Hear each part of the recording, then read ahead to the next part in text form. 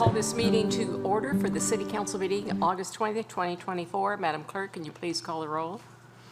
Yes, Madam Mayor. Councilmember Aguilar Hernandez. Here. Councilmember Cordero. Here. Councilmember Escobedo.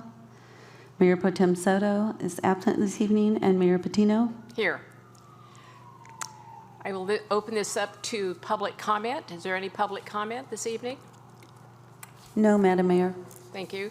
I will close the public comment period.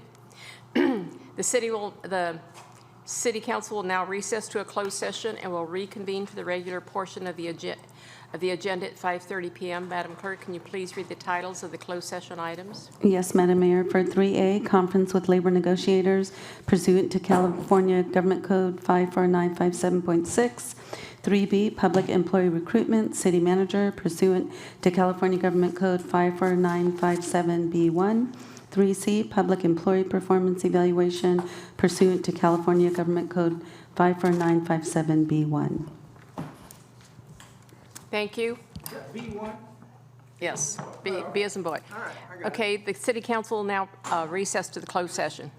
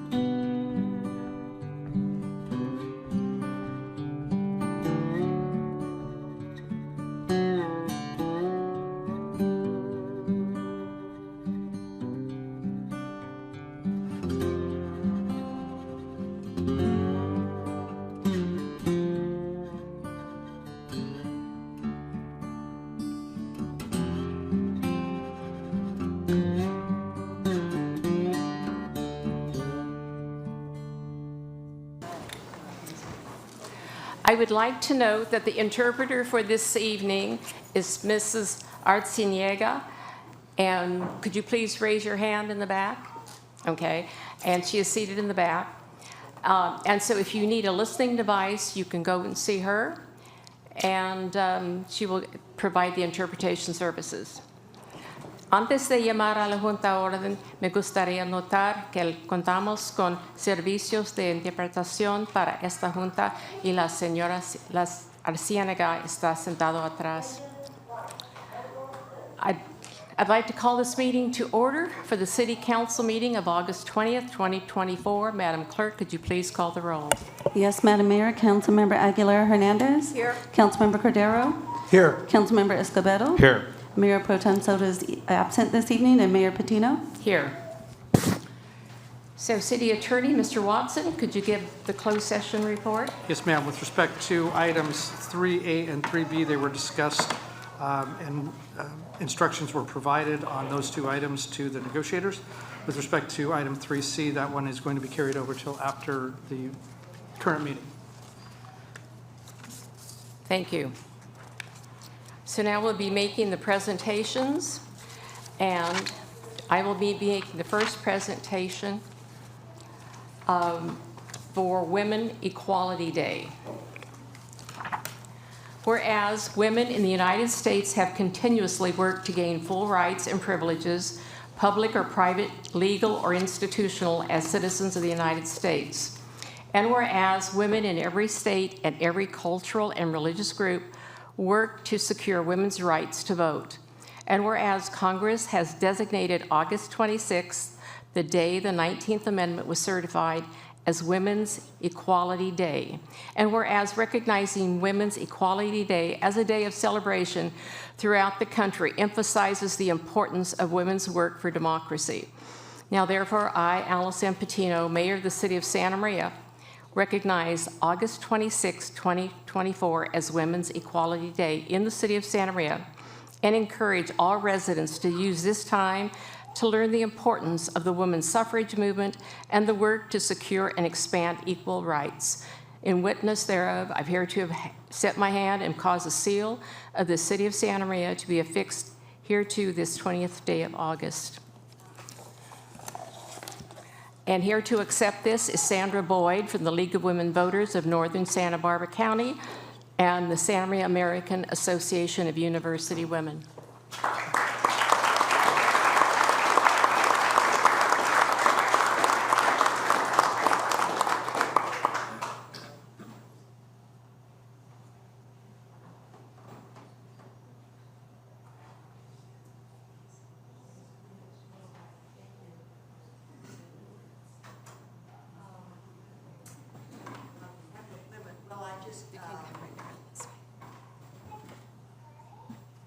I appreciate the city recognizing Women's Equality Day, and this is on behalf of American Association of University Women, Santa Maria, and League of Women Voters of North Santa Barbara County.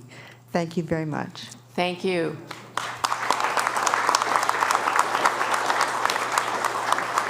The next proclamation will be presented by Councilmember Escobedo.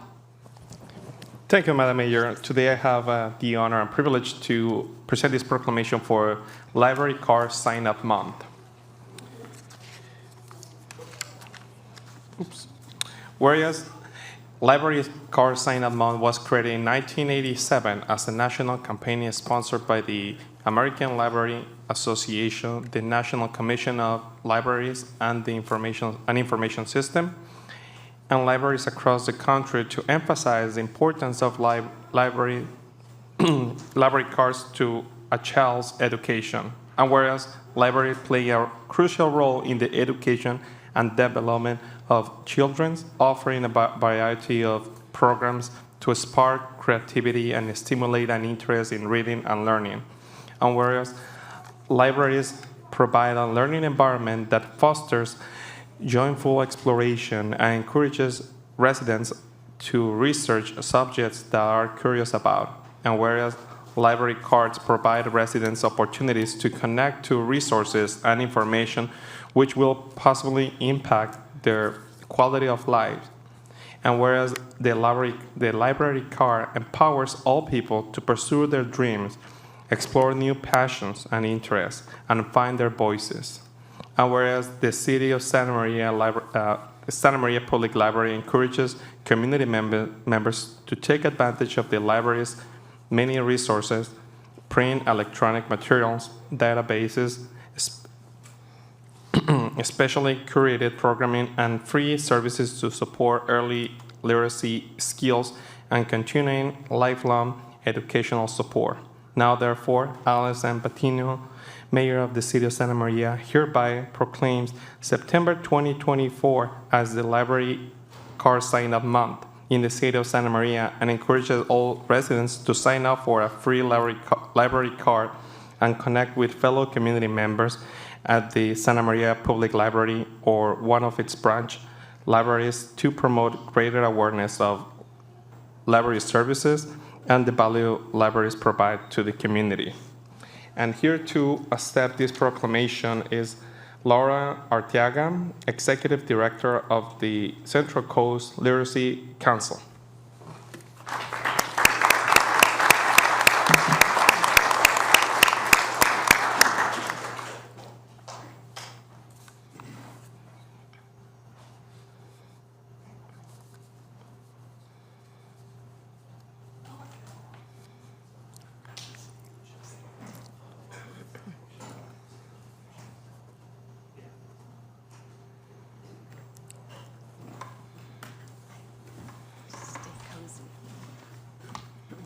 Good evening, Madam Mayor and City Council members. Thank you. This is an honor to accept this proclamation on behalf of our library. So as a Library Foundation board member, I understand and support the importance of offering our community members access to free resources and information that promote personal development, support early literacy skills, lifelong learning, and a place to create safe spaces to explore a new world. I would like to invite and encourage our community members to take advantage of all the services your public library has to offer. You look around, so many families, so many children, and oftentimes we don't really know everything that the library offers. Our librarian, Dawn Jackson, and her fabulous staff are doing a wonderful job since she's been in this position, so innovative, fast-forward thinker, just has a whole resource for all of you to explore. And I'd like to go over a few of those. Of course, the first step would be to obtain a free library card, and you can do that in person, or you could do that online for a temporary card. So once you have a card, you will have access to what we call the Library of Things collection. There are over 30 in that collection, and I'd like to point out a few. We have musical instruments, guitars, drums, violins, a karaoke machine, a Cricut Explorer 2, a sewing machines, cameras, digital and GoPro, digital microphone, metal detectors, Oculus Go, portable projectors, telescopes, and then if you like VHS and wants to convert that to a DVD, we also have the DVD converter. So those are just many of the things that you all have access to. I see a lot of children here, and it's a joy when you all come in and bring your children so they can check out all those items. In addition, we have print and electronic materials such as ebooks, music, movies, and databases. And we have free services to support early literacy skills and lifelong learning. So why am I sharing all this? Because I want to challenge you and encourage you this month. If you don't have a card, go get one. And also, go online and look at our online Library of Events calendar. Lots of great things happening for families and children and individuals. And lastly, we have access to computers with internet, Wi-Fi, and online databases, and free streaming service. So that doesn't challenge you to come in and encourage you to come in. I think it will. So we look forward to seeing you at the library this month. And I'd like to invite over Mr. Joe Dana. He's also one of our board members.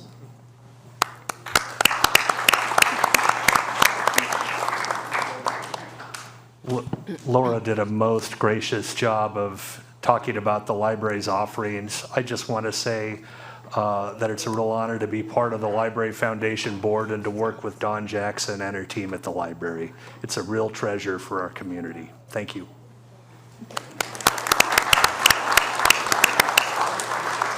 Madam Mayor? Yes.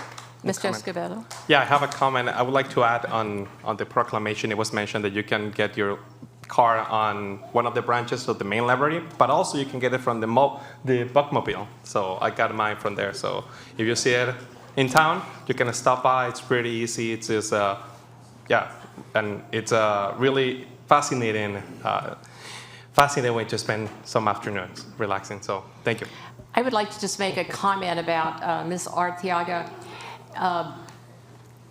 She's the executive director of the Central Coast Literacy Council, and that probably doesn't tell you a story. But when I have gone to their gatherings, I am just amazed of the people who have stories, how they learn to read, and the difference it made in their life. And they are wonderful stories. So if any of you get a chance, if you want to volunteer or help them out, it's just time well spent. Every time I go there, Laura, there's always some wonderful story. I remember the woman who said she needed to learn to read because she wanted her girls to go to school. She wasn't from the United States. She was an immigrant, but she wanted her girls to be able to go to college and to make the most out of what they can in this country. And it just goes on story after story after story about what is being done there in the Literacy Council. So I say thank you to you, because you've made a difference in our community. Thank you. And thank you, Joe Dana. Mr. Cordero. Thank you, Madam Mayor. I wasn't really going to say anything, but since you mentioned the things about the Literacy Council, my wife is currently working with a young lady that is also an immigrant. She's from Mexico, and she wanted to learn how to speak English better. This is a great individual, a great person, and she cooks really good. And Linda is helping her to learn English in a manner that is beyond just the literal word of reading it. And she got the information from the Literacy Council. And there's a regular book, a curriculum that they go through, and it's been real successful for us as my wife being a non-Spanish speaker, and for the young lady that she's working with. It has some adult children, and she's a single mom and doing quite well with learning English. And I haven't done it yet, but when she gets a little bit better, I'm going to introduce her to our personnel people here at the city. So. Thank you. Next item on the agenda is a presentation of the Summer 2024 Class of Honorees for the Hometown Heroes Program. Interim Recreation and Parks Director Angela Oslin will be making the presentation, or will it be Dennis Smitherman? Oh, there's Angela. Okay. Good evening, Madam Mayor and members of the council. This evening, we are here to honor our 2024 Santa Maria Hometown Heroes, as you said, and it's really great to see all of the family and friends here in support. See if we can get this. All right. So a brief history of the program for those who are unaware. The Santa Maria Hometown Heroes program was established to honor the extraordinary contributions of local individuals who have demonstrated exceptional service and dedication to our community and our nation. Since its inception, the program has recognized a diverse group of military heroes and was also expanded to include frontline workers. The intent of the recognition is to celebrate these individuals' achievements, inspire others to follow their example, and to foster a sense of pride and unity within our community. Honorees can be active duty, retired, or honorably discharged military veterans, and first responders and essential workers. Tonight, we honor 14 hometown heroes. Since the beginning of the program, we have honored and recognized over 200 Santa Maria hometown heroes.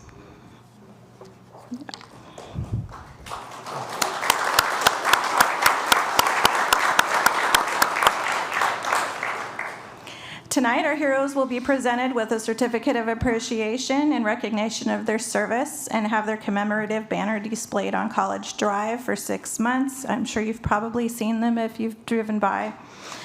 And this year, our hometown heroes are Robert Castillo, if you could come up, and Madam Mayor.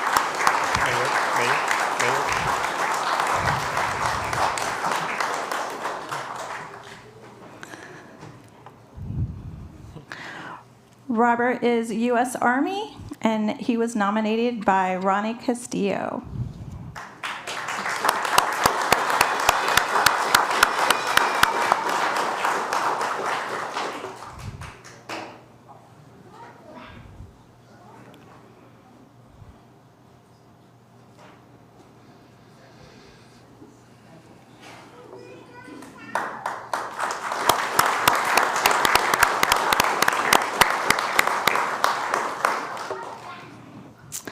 Our next hero is Arnold Ferrer from Pioneer Valley High School English teacher, and he was nominated by Kenny Klein.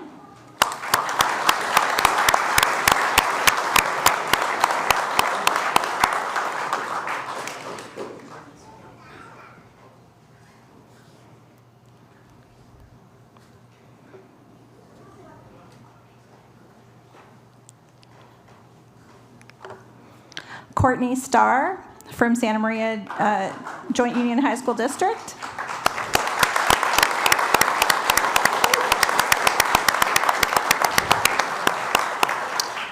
Also nominated by Kenny Klein.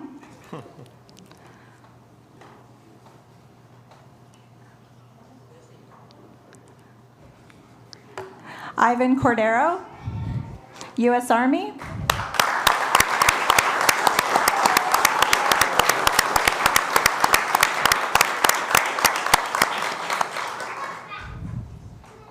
and nominated by his wife, Pamela.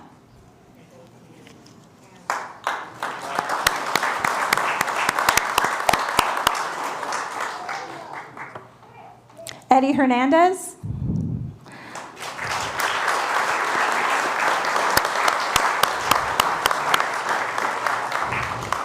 Eddie is the Pioneer Valley High School Security Coordinator and nominated by Kenny Klein.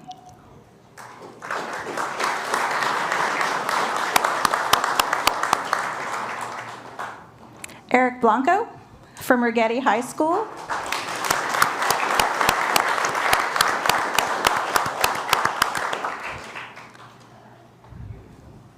And nominated by Kenny Klein. Carlos C. Haro from the United States Army.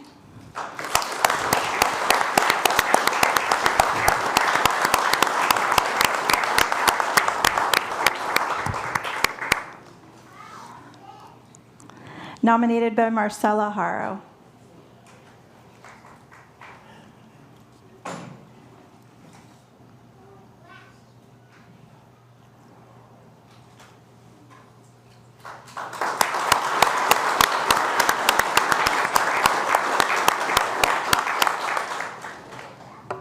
Kevin Barbarick from Rigetti High School, Athletic Director.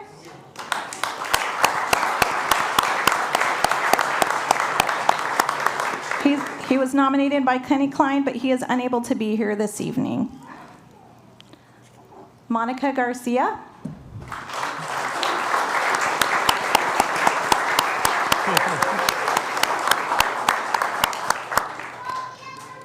Monica is from Santa Maria High School and works as an administrative assistant, also nominated by Kenny Klein.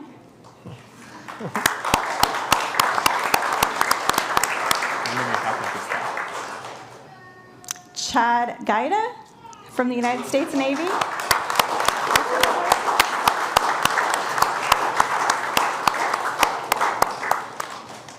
Nominated by Sam Negley.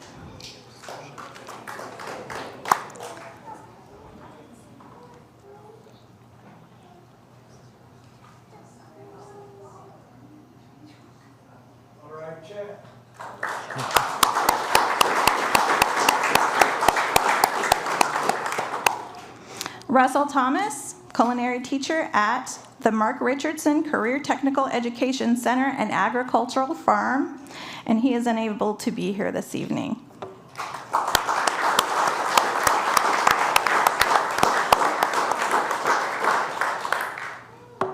Robert Gene Bunkelman, United States Navy.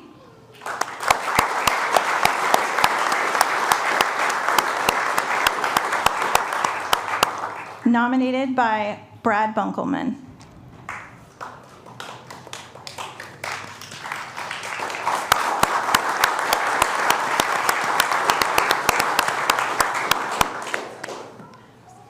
Shannon Powell from Santa Maria High School, agriculture teacher.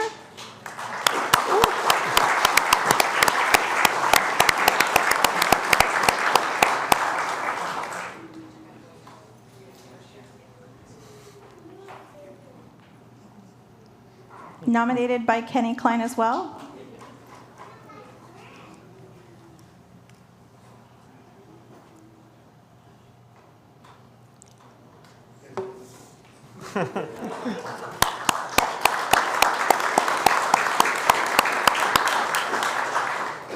And finally, Dominic Del Mendo, United States Coast Guard.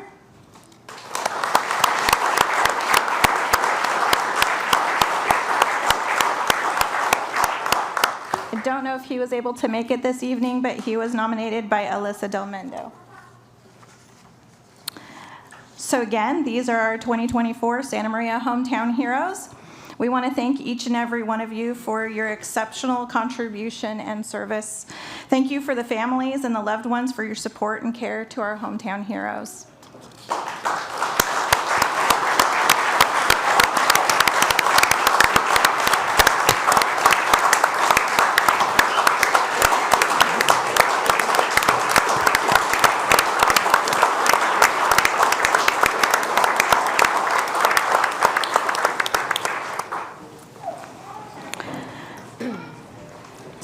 if anybody is interested in nominating a hometown hero, feel free to take a look at the city's website for additional information on how we can continue to recognize and celebrate the achievements of the hometown heroes out in the Santa Maria community.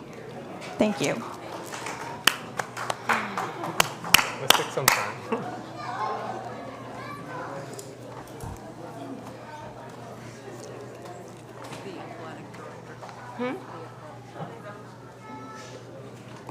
Good night, Ivan. Ivan, were you able to find your way around in the building? Good, yeah.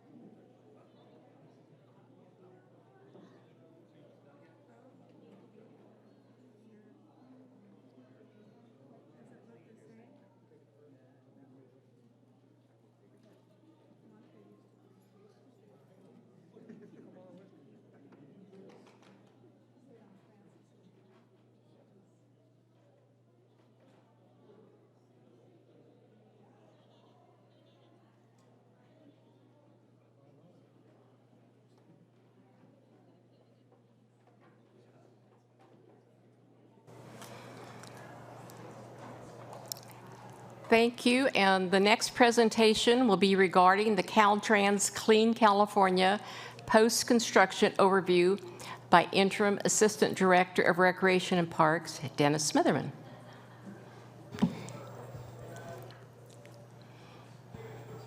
Hi, Madam Mayor, council members.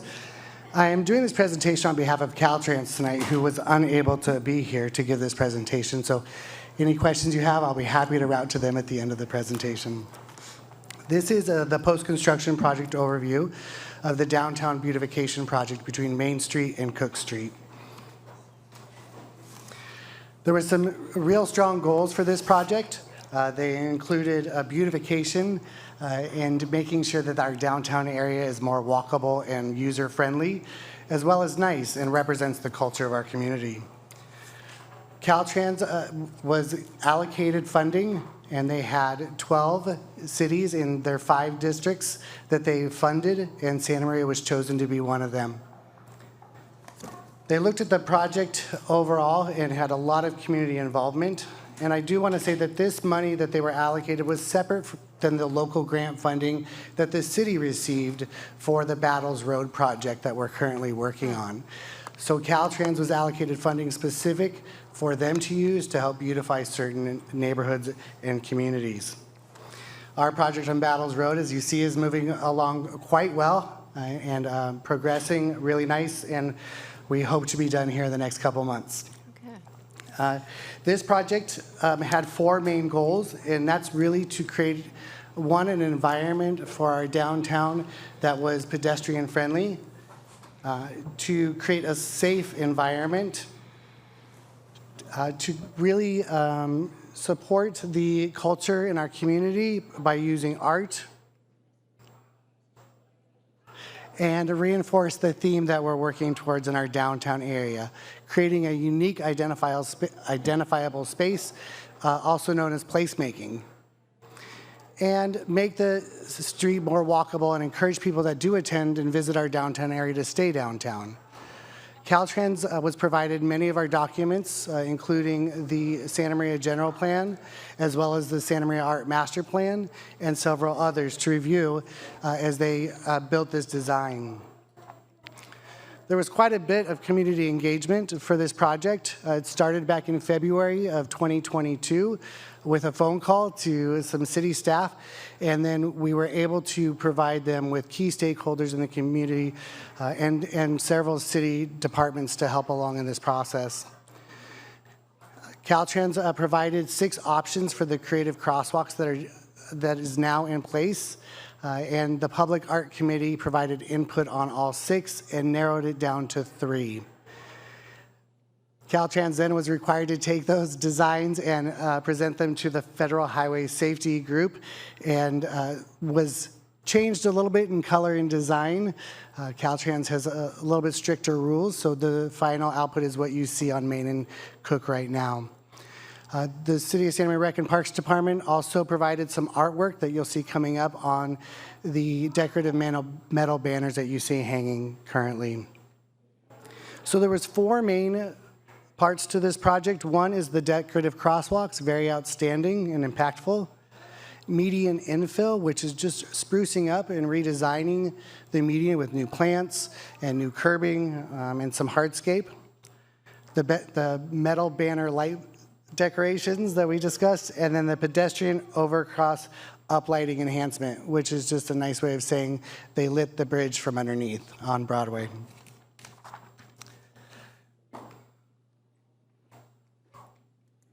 So the decorative crosswalks are made out of a material that is guaranteed to last quite some time, and if repair does need to be made, it's easily repaired instead of having to take out the whole crosswalk. So we're excited to do that. As you know, there's 8 crosswalks or 2 intersections that have been decorated. Here's the before view, the after view, and my favorite, the aerial view. It's quite dynamic, quite impactful, and adds a lot to our downtown area. The medians were filled with drought-tolerant native plants. Also, the trees that were put in place are going to have no impact or low impact on any of the concrete in the area, which is important for the sustainability. And it's also very beautiful. Our own previous graphic designer, Sasha Hernandez, designed these through the Rec and Parks Department. These are the banners that are now hanging from the light poles. A lot of people miss them. Still getting comments 2 months later that, oh, I didn't know those were there. So look up as you're walking down the street. It's quite some artwork that our graphic designer was able to produce. And the last component was the pedestrian overcrossing uplighting enhancement. This should say insert night picture here. I just don't have one yet. So we will get a picture at nighttime, whereas if you're driving around after dark, you'll see the bridge lit up. We are able to change colors and do some great things. This will be part of a bigger project that we hope to work on later this year, early next year, and that's decorating this overpass. That is the presentation. Again, I'm happy to do what I can to answer questions, and there were other departments here that were also part of the panel that may be able to assist. Thank you, Mr. Smitherman. Any questions? Mr. Escobedo? Thank you, Madam Mayor. This particular question is in regards to clarification, as for clarification, in regards the money that was used for the crossing and the paint. That was like one of the first things that people were asking me. And just what I would like you guys to explain where that money came from, and if it wasn't going to come to, to Santa Maria, where it would end up. My understanding is that Caltrans put the money, and if we don't take it, other cities would have taken it. Yes, we were lucky to be chosen to be one of the cities for this project. It did take a little bit of lobbying from staff to encourage them to choose Santa Maria. This money was apportioned by the California State Legislature specifically to Caltrans. And then there was another funding portion, like I said earlier, about that was open for a competitive grant process, which we did receive through for the Battles Road project.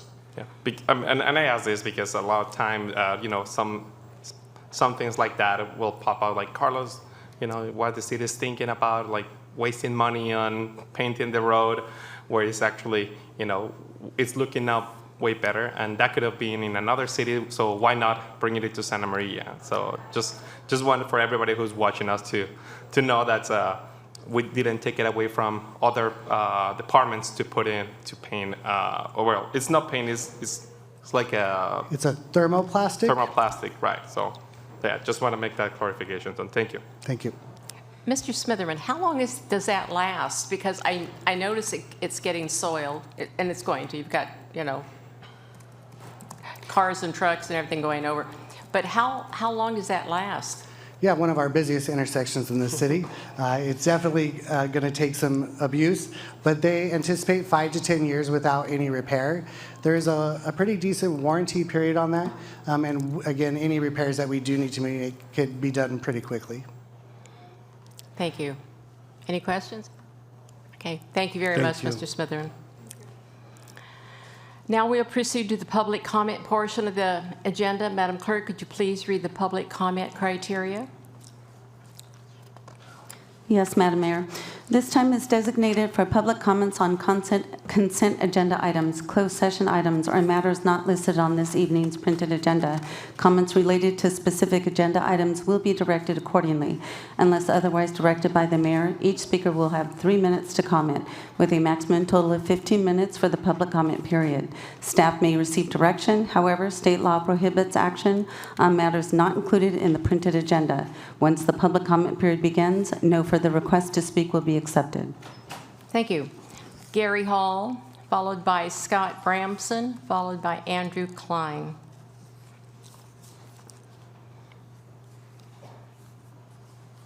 Good evening, Mr. Hall. Good evening, Madam Mayor, council members, staff, and citizens of Santa Maria. My name is Gary Hall. I'm a resident of Rancho Buena Vista Mobile Estates at 2135 North Railroad here in Santa Maria. I represent the North Santa Barbara County Manufactured Homeowners Team, or NSBIT. Our NSBIT goal remains to provide protection to all Santa Maria mobile home residents presently living in an unregulated rental market where the current model lease program has been ineffective in protecting homeowner equity and maintaining affordable mobile home housing. The model lease has not adequately addressed the need for mobile home rent stabilization in Santa Maria, and it needs to be improved or replaced. Following the June 6, 2022 motion passed by this council, we have been attempting to do just that. Thanks to Assistant City Manager Wu, we continue the work. Now tonight, I'm going to give you something new. I'd like to introduce these chambers to a new issue potentially affecting senior mobile home parks in Santa Maria. Following the sale of the senior park Del Cielo Mobile Estates, which is located just outside our city limits, and without even consulting with the approximately 300 senior residents, the new owner has decided they want to convert this park into an all-age park. This, of course, is unfair and inappropriate. The Santa Barbara County residents have initiated an effort to get a moratorium passed preventing this conversion until a senior mobile home park overlay can be enacted like what was necessary in Ventura County. We may need this protection in Santa Maria also. One last personal comment. No, it's actually an appeal. Let's introduce transparency regarding the firefighters' contract negotiations. The impasse that was declared 4.5 months ago. Please explain to me and all the citizens of Santa Maria why no mediation has begun and what is required to find a suitable compromise between the city and our firefighters. Thank you. Thank you. Scott Bramson. Is Scott here? Yes, sorry. Followed by Andrew Klein. Good evening, Mr. Bramson. Good evening, city staff and council. Recently, we had a call that required a firefighter to ride into the hospital with AMR for a critical patient. As we were leaving the hospital, 2 more ambulances were pulling in, both working traumatic cardiac arrests. We made the decision to stay and assist, knowing the ambulance and other firefighters were tirelessly working to save lives, and the ER was about to be overwhelmed with several traumatic patients. Afterwards, as we always do, we went back to the station to debrief and make sure everyone's mind was in a good place. Later that day, one of those firefighters told me he wasn't going to be able to afford his rent that month. A different Santa Maria fighter told me that he had to sell his camper shell to make his mortgage payment. It is a humiliating feeling as a father and as a husband to fall short of providing financial stability. Our families already lose a piece of normalcy, having to deal with the stress that is at times unavoidable to bring home. The city's quarterly financial report stated that in August, the median cost of a home in California rose to $900,000, up 7.5% from last year. In Santa Maria, the average home cost is now $620,000, up 8.6%, and the average rent in Santa Maria is $2,300 per month. That is almost equivalent to the standard paycheck of some of your firefighters. The report also stated that the fire department came in 11.1% under budget, and that money is once again being deposited into the General Capital Project Fund, reserved for unfunded pension liabilities, and the LEAF account. It has become more than apparent that the city has more of an interest to move budgeted money into savings accounts instead of delivering fair, equitable pay to its employees. Under-project revenues and over-project expenditures, the classic Santa Maria City diversion. Last city council meeting, after we were told there was no more money, you voted to pay an additional 9% of compensation to CalPERS on behalf of Tier 2 fire management employees. This means these employees take home an additional 9%, and the city pays 9% more. These are the highest paid fire department employees, some of which have already received a 30% pay increase in the last 18 months come January.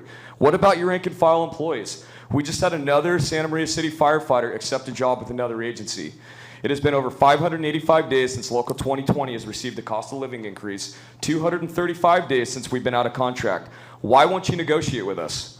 We are 17.5% the average in pay, soon to be 18. Above average employees are asking for average market pay. Any further inaction is a failure to your firefighters, period. Andrew Klein.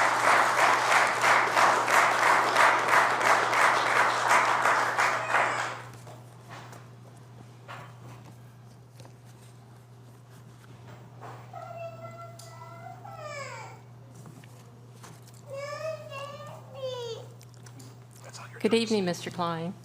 Good evening, Madam Mayor. Thanks, buddy. Good evening, city officials, city staff, and community.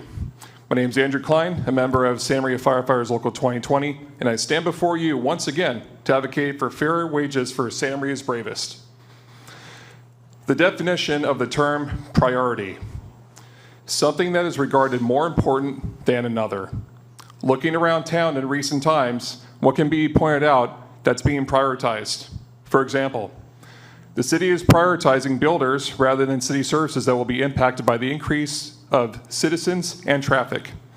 While these construction companies stand to earn a great profit off of Santa Maria constituents and citizens, the city is offering to take off some of the financial burden. By making this deal more attractive to buyers, the city is inherently making it much harder for the working men and women that work for the city, to include our fire department. And here we are, firefighters working a life and death job without fair compensation, ignored by city government in which employs us, and excommunicated from any talks to rectify our still expired contract. Bravo. Let me explain what the priorities are in our line of work. Life, always number one.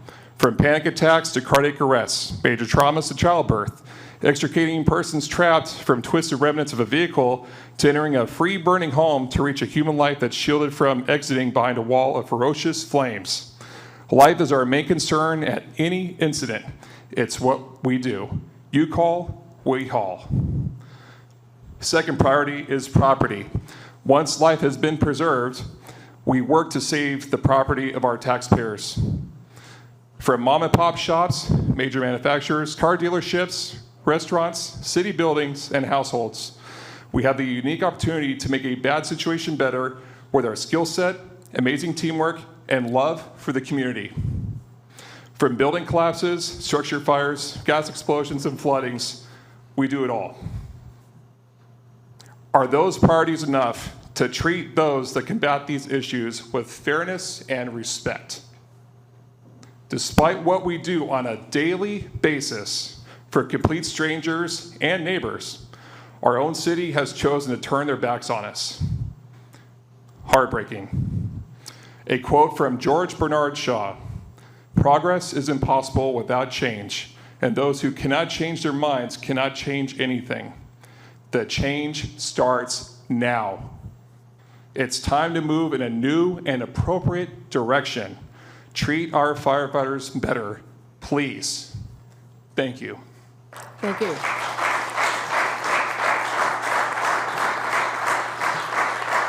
Next item on the agenda is the consent calendar. Does anyone have items they wish to pull forward to any discussion? Madam Mayor, Yes. I would like to excuse myself from the consent calendar due to my no attendance of last council meeting. Okay.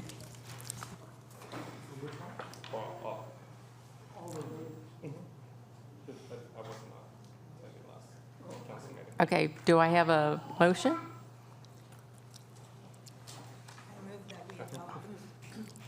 I move that we adopt the city meeting minutes. Okay, I have a motion to adopt the consent calendar in a second. Having heard the motion and second, any discussion? Hearing none. Abstention. Madam Clerk, can you please call the roll? Yes, Madam Mayor. Councilmember Aguilar Hernandez. Aye. Councilmember Cordero. Aye. And Mayor Alice Patino. Aye.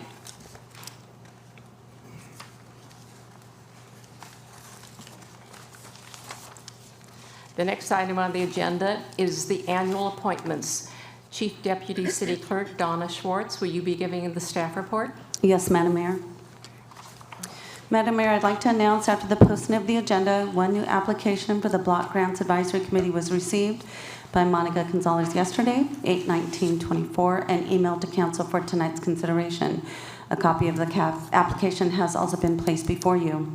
Madam Mayor and members of the City Council, the request before you tonight is to make appointments to vacant positions on the Block Grants Advisory Committee, Library Board of Trustees, and the Recreation and Parks Commission. I will present the committees one at a time for consideration of the appointments in the City Council's ratification. Block Grants Advisory Committee has a total of 4 vacancies and 1 unexpired term.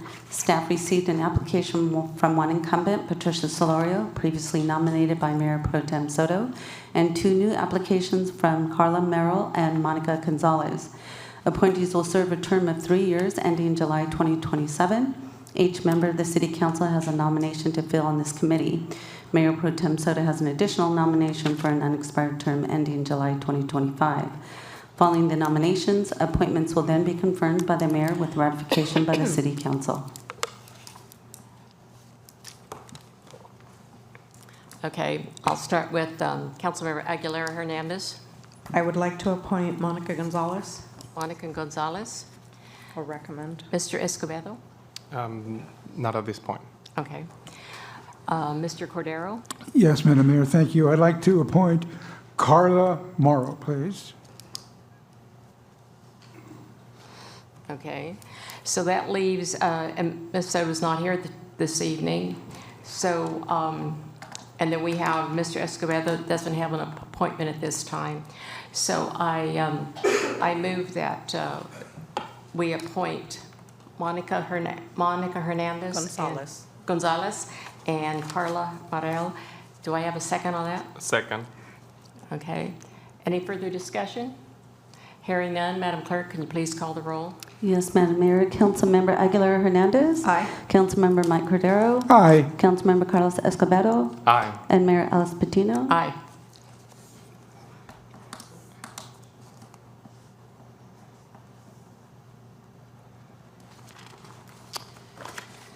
Library Board of Trustees has 1 vacancy at this time. Staff received an application from the incumbent, Hunter Jameson, previously nominated by Mayor Patino. No new applications were received. The appointee will serve a term of 3 years ending July 2027. Appointments will be made by Mayor Patino, then ratified by the City Council. Then I will nominate Hunter Jameson. Do I have a second? Second. I have a motion and a second. Any discussion? Hearing none, Madam Clerk, can you please call the roll? Yes, Madam Mayor. Councilmember Aguilar Hernandez. Aye. Councilmember Escobedo. Aye. Councilmember Cordero. Aye. Mayor Patino. Aye. Recreation and Parks Commission has 1 unexpired term ending January 2025. Staff received 3 new applications from Isaac Brewerman, Cynthia Godino, and Steve Luigi. The appointee will serve an unexpired term ending January 2025. Councilmember Escobedo will have the opportunity to make the nomination for the unexpired term. Appointment will be made by Mayor Patino, then ratified by the City Council. Mr. Escobedo? Thank you, Madam Mayor, and I'm pleased to choose Ms. Gudino, Cynthia Gudino, to be my appointee. What's the name? Gudino. Cynthia Gudino. Do I have a second? Second. I have a nomination and a second. Madam Clerk, can you please call the roll? Yes, Madam Mayor. Councilmember Aguilar Hernandez. Aye. Councilmember Escobedo. Aye. Councilmember Cordero. Aye. Mayor Patino. Aye. One new application was received for the one vacancy on the Central Coast Commission for Seniors, Area Agency on Aging. We can bring this back to the next City Council if council wishes. Okay, you said you received one application and the name on that? Midge, and I'm sorry, I don't know her last name. Okay, I think she was the one that was here at the meeting, and I Yes. spoke to her and asked her to turn in an application. Correct. Okay, we don't have the application here? It wasn't on the agenda, so I can bring it back in September. Okay, that'll be fine. Thank you. No new applications have been received for the Measure U Citizens Oversight Committee and the Santa Barbara County Library Advisory Council. The City Clerk's Office will continue to advertise these vacancies until filled, along with the remaining vacancies on the Blank Grants Advisory Committee. Thank you very much. Okay.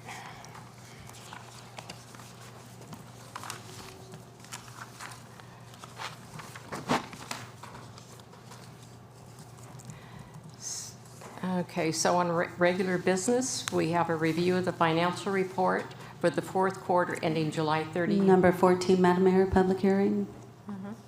Oh, I'm sorry. I thought we did the CBG. That's it.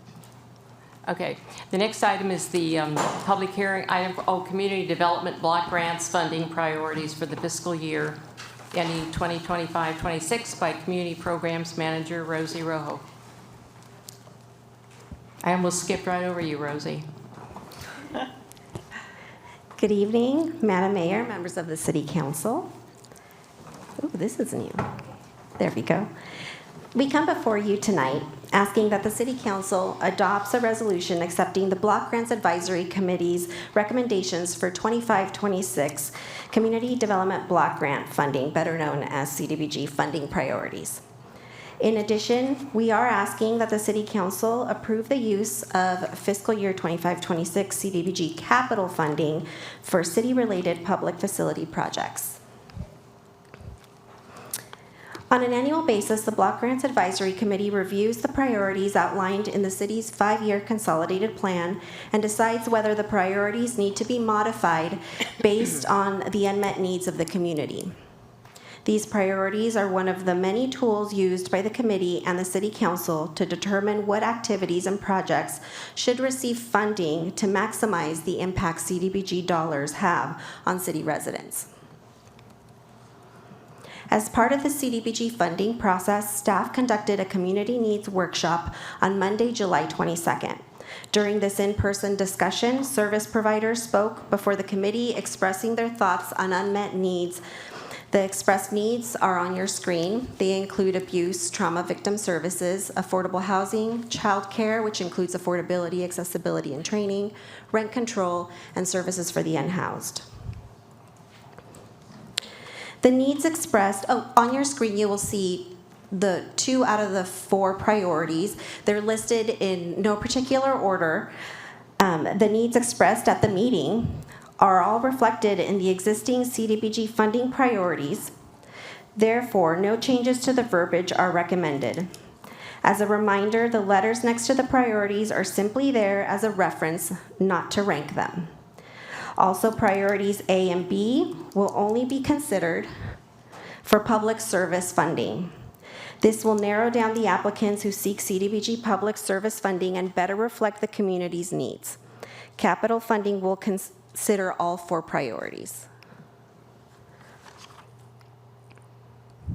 The adoption of these funding priorities by the City Council will kick off the Notice of Funding Availability, which we call the NOFA, which is scheduled to be released this Thursday, August 22nd.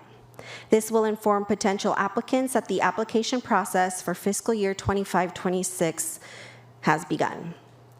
Due to pressing needs involving the city's public facilities, staff recommends that CDBG capital funding be set aside for city-related projects only, which will benefit the entire community, primarily low to moderate income people and areas per CDBG's regulations. This may include currently funded public facility projects and/or new projects that require immediate attention.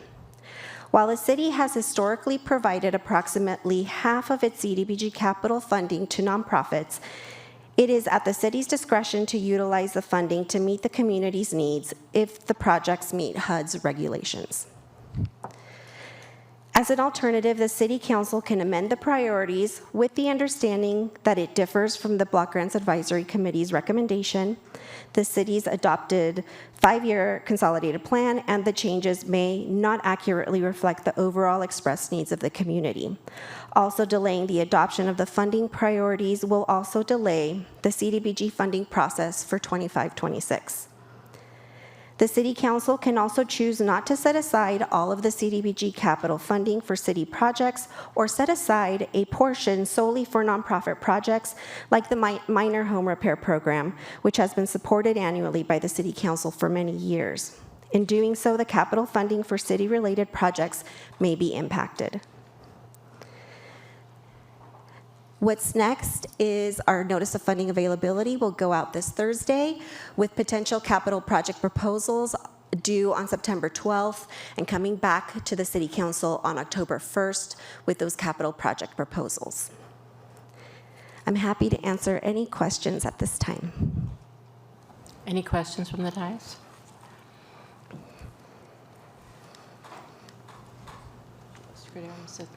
No questions? Oh. Thank you very much, Rosie. Thank you. Yeah. When we talk about different needs that the city may have because of our budget, and so, and address the needs in our community, did you have anything in mind that the CDBG might be going for? That will be up to the committee? That will be up to the departments and what projects are in highest need. Okay, thank you. Oh, Mr. Cordero? Yeah. Thank you, Madam Mayor. I don't know how many council people do this, Rosie, but I try. I don't have a perfect record. I try to call the applicants that apply for several of the positions with the library. The CDBG is a big one, and other things that they are willing to participate in. And I just want to say that your name has come up as a couple of times as to the job and the effort you put into it and the great job that you do in dealing with these people that are faced with what I've called one of the most difficult processes in our city budget. And I reflect back on Mayor Lavagnino and said that it was just so difficult for the members of the community to come in, and there's just never enough money and always more than enough projects. But they had some very positive things to say about our Rosie. Oh, thank you so much. You bet. Thank you, Mr. Rojo.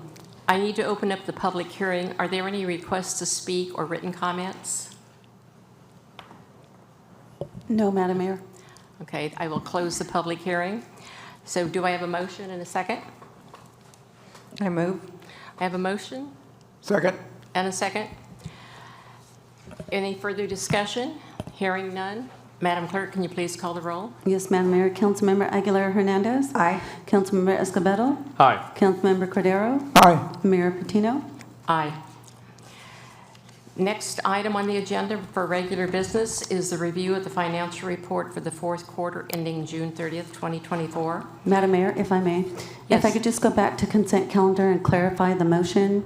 I know that we motioned to approve, and I only heard minutes. I didn't hear the rest of the consent calendar, or was it to approve the Okay. consent calendar with Escobedo abstaining to the minutes? He abstained, yes. Okay, thank you. Thank you. We'll now proceed to the regular business portion of the agenda and review the financial report for the quarter. And Director of Finance, Xenia Bradford, will be presenting. Good evening, Ms. Bradford. Good evening, Mayor and Council. So today's report is to just receive and file. There is no action required for the Council for this last report for the fiscal year of 23-24. We'll take a brief look at the economic outlook, go through the general fund results for the year as well as the Measure U, and then take a look at the enterprise funds. So the economy continues to grow, but at a steady pace. In the quarter for this financial report, we experienced a growth of 2.8%, which is still considered to be a healthy growth, but not overly optimistic. It is higher than the prior quarter, 1.6%, but lower than what we saw at a couple of quarters before at 3.4%. The U.S. unemployment rate has given some concern to consumers, and the market overall, it rose to 4.2% from 3.8%, but it still is below full employment rate as considered by economists. The U.S. inflation was at 3.0% in June, and the Federal Reserve is still expected to continue their rate hikes down. So the end of fiscal year 23-24, key revenue trends and key expenditure trends. This is a little bit of a new chart, a little bit more detailed for you, given that this is the end of the year, to where we put together the categories and the results for all of the major categories in our revenues and our expenditures. It's important to remind you that this is unaudited results. There's quite a bit of a process that happens in the next few months. The audit will be presented to you in early 2025. But one of the items to mention here is that we are seeing that the revenue sources that are highly driven by economic indicators are coming in lower. So if you look at hotel and bed tax, it's at 93.3% compared to what was budgeted, so we're coming in lower. We're also coming in lower on the sales tax of 98.9% of what was originally budgeted. And actually, it's highlighted in red because we have had a chance to meet with our consultants who keep track very detailed for each business of the sales tax. There is a true-up that happens at the end of the year, so there's an estimate, but we believe that that $31.8 million will be about another 500 plus lower when we receive it, but we won't have those actuals until a few more months. So staffing came in at 95.4%, and expenditures overall are at 95%, and I'll go through that in a little bit more detail as we proceed with this presentation. And here's our expenditures. So staffing was one of the largest variances in terms of dollar amount. As I mentioned, it came in at 95%, 4.6% below the budget, and that was primarily due to vacancies, and those were primarily in the police department, and they're still working to fill 28 vacancies as of the time when the report was prepared. The transfers out was another significant variance because we examined the fund levels, and library had actually accumulated more in the fund balance over the years. So we were able to transfer less money towards that operation. The fire department came in 11.1% lower, or 1.3 million lower due to vacancies and fewer mutual aid responses. I wanted to take a brief look at the variances year over year. So you have on the right here the results of 22-23 compared to 23-24, just to give you an idea of how we are trending. So a year ago, sales tax was actually at 104% of the budget, whereas this year we're at 98.8%. Similar, hotel tax was at 134% compared to 93% this year. So once again, just getting your attention to the trend that those two are definitely coming in lower, and our property tax has gone a little bit better than the budget in both years. And then this year we had a one-time sale of property type of transaction that caused the positive variance in other revenues. On the expenditures, once again, staffing is below budget, but last year we were at only 88% of expenditures, whereas this year we have done better at filling the positions, so we came in at 95%. Measure U came in at 92%, and precisely at 90% being spent on public safety, 5% on youth services, and 5% on quality of life, as is per the council policy. Once again, that sales tax is not yet the final number. It's at 98.7% of the budget and is expected to be lower once we get the actuals. Any expenditures that were not spent in Measure U were primarily due to capital improvement program.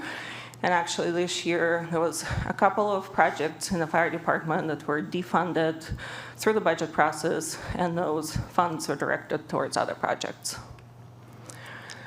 So enterprise funds are doing well. Water and wastewater revenues increased by 6%. Their expenses are $5.5 million more than last year, primarily due to an increase in debt service payment, as well as payments to the Central Coast Water Authority.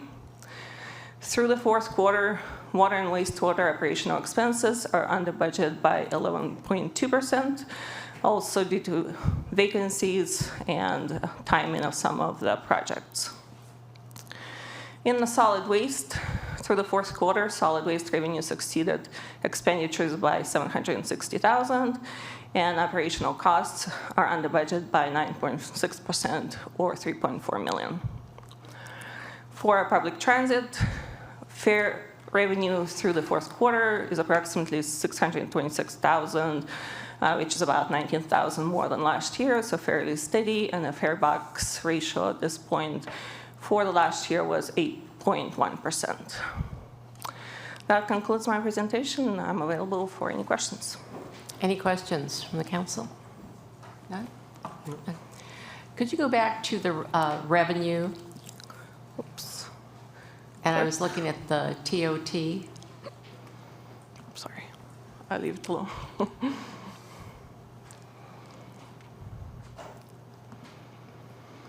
I'd say you were, no, the other one has the bar. Right there, right there. Okay. So that's quite a difference there. So, yes. Because that's around rodeo season, that would be in there, and the difference in the year. Is there anything else you can attribute that to? I have not done a detailed analysis of the hotel bed taxes. You know, we work closely with the chamber on that, but definitely happy to provide any additional information on monthly trends. Okay. Okay, thank you. No other questions? No? Okay. So the report will be received and be filed. And the next item will be on the stormwater basin policy. Madam Mayor. Yes. Oh, okay. Thank you. Matt Cherkoff. And 15C. Okay. City Council, city staff.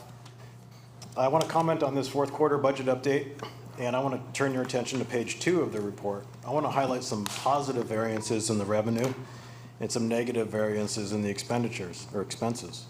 Property taxes up 104%. Licenses, permits, and fees are up 118%, and all other revenue is up 103.5%. Expenses and transfers out, staffing is under by 95, contracts and services 97, materials, supplies 95, maintenance and operations 99, capital outlay 96, and debt services is 100%. It seems like we always highlight the doom and gloom instead of the good things because we came in under budget, at least according to projections. So first and foremost, I want to mention, and I've mentioned it before, I want to mention it again, it's important. The former finance director would break out the individual department allocations for the general fund, similar to how it's currently being presented for the Measure U funds and how they're broken out into each department-specific expenses. So why is that not happening? The way it is currently being presented doesn't allow the reader to see how the general fund is being allocated to each city department. It only identifies how Measure U funds are allocated to each city department. And the reason why this is important is because in 3 quarters, according to the third quarter report, the fire department was at $9.8 million of Measure U, and somehow during the fourth quarter we added $10 million to that.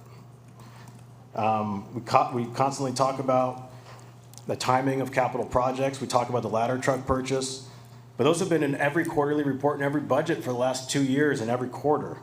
And the ladder truck, the $1 million for the ladder truck, won't be purchased for another 3 or 4 years. So why do we keep talking about it? It's eating up this money. The general fund operating trends always show revenue exceeding expenditures and expenditures exceeding revenue. Yet the report also states the budget was adopted with a $2.02 million draw from the LEAF. Well, as we just heard, we're $2.2 million of revenue over expenditures. And this is what the LEAF graph looks like every quarter, every year. We're going to draw from the LEAF. LEAF's going to be exhausted next year and the year after. It keeps going up. When you look at it, when the numbers are all in, you're going to be funding the LEAF fund. You talked about it in the quarter. You talked about it in this report.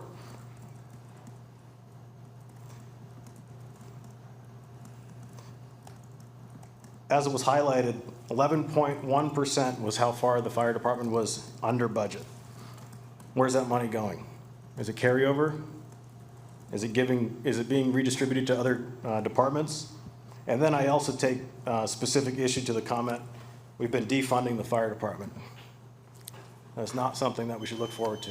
Thank you. Thank you.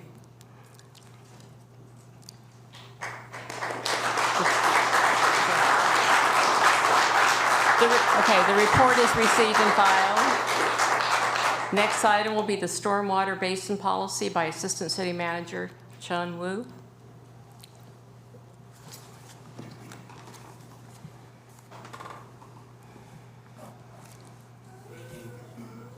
Good evening, Madam Mayor, members of the council. This is an item regarding stormwater basin policy. And as a matter of background, the reason why this is being brought before you is we've been having discussions on stormwater basin for the last several years with the development community.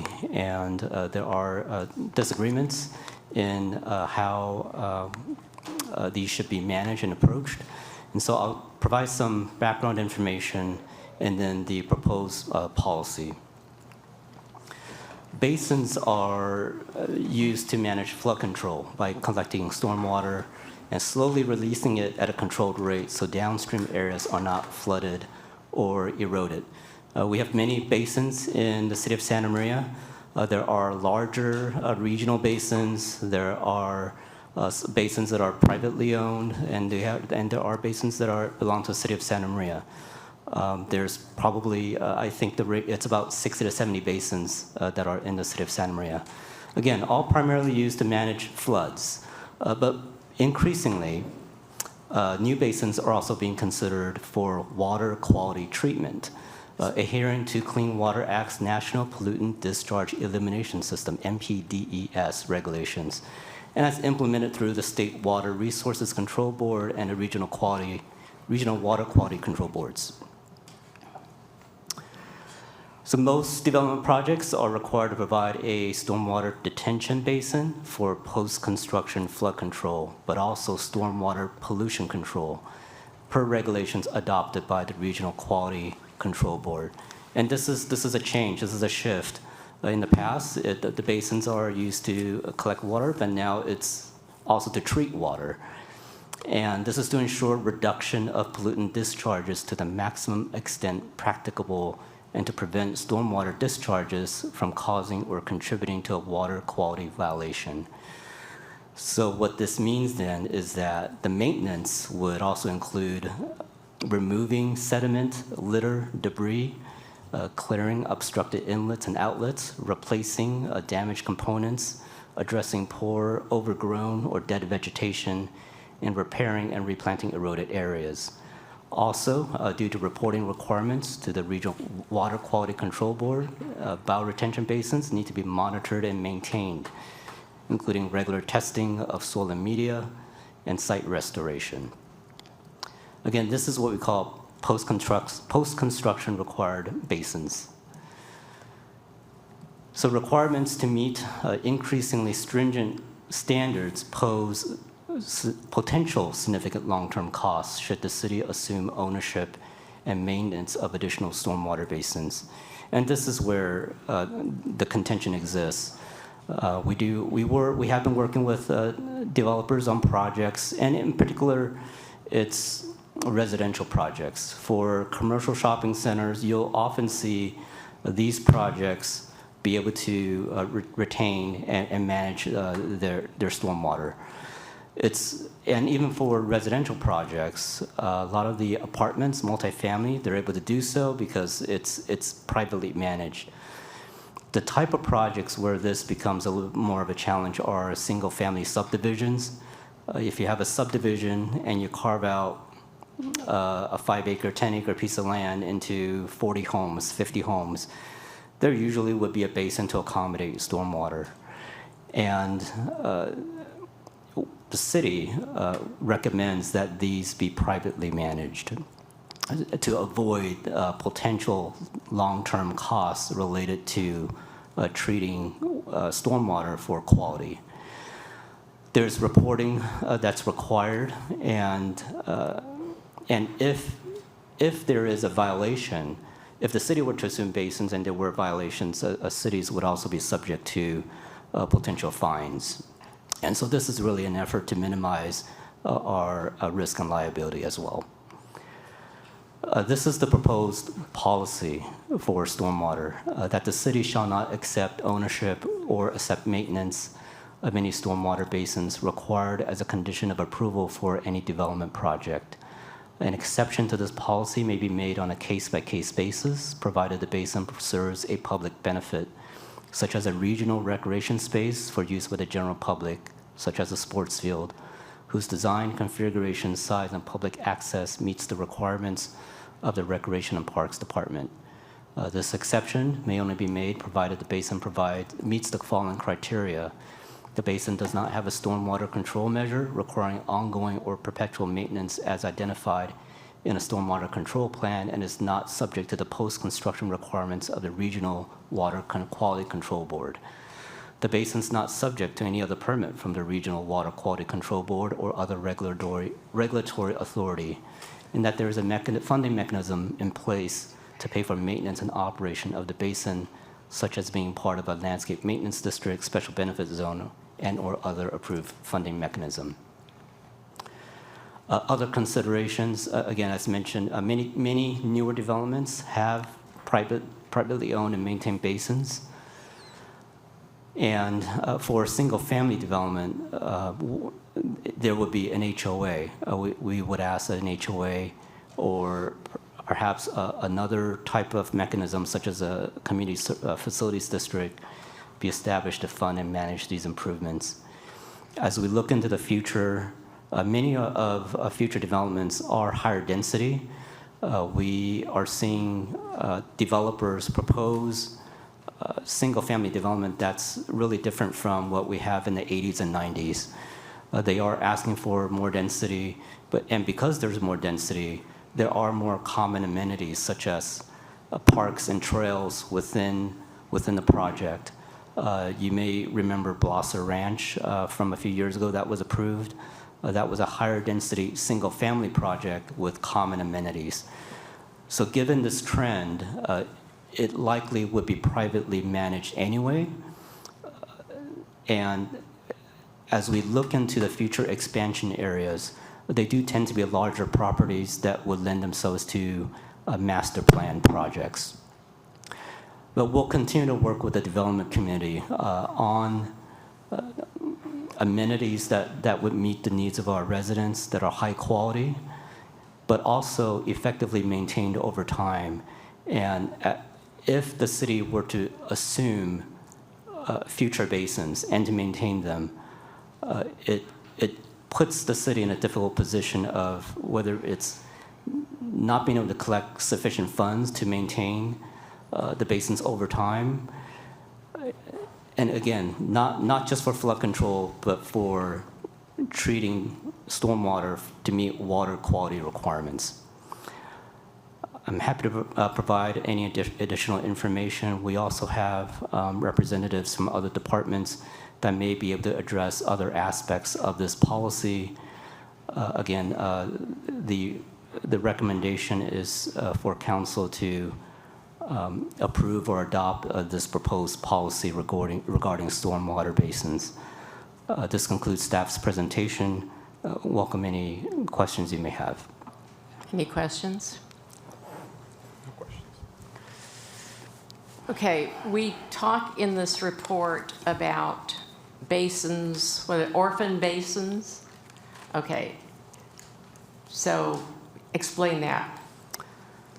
Orphan basins, there are about a half a dozen basins in our city that the city does maintain, but is owned by another entity, but that has a private owner.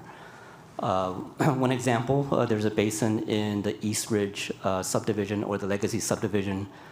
There's a basin that serves the neighborhood. It's maintained by the city, but it's owned by another entity. We don't have a recommendation for the orphan basins at this point. This is really a policy that looks into the future so that we can avoid having orphan basins in the future. Okay, so some of our basins have like tot lots in them or playground structures. How do you divide up who's going to take care of that if that is part of the city, the Recreation and Parks Department?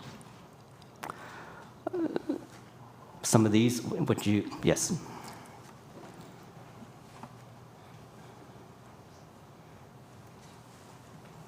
Mayor Patino and members of the council. So as part of the special districts, we outlined a resolution, this was passed by the city council a number of years ago, for specific maintenance type work that would include those types of facilities, so playgrounds or whatnot. Those were specifically outlined in the resolution when the special landscape maintenance districts were adopted. So anything that is above and beyond that type of basic maintenance, basic lighting, basic playgrounds, that's above and beyond the care of an engineered stormwater structure. Okay. Now, what about the basin that's over in the northwest corner of Santa Maria, south of Canal Street? That belongs to the county. How does that play into this? Let's have Director Springer.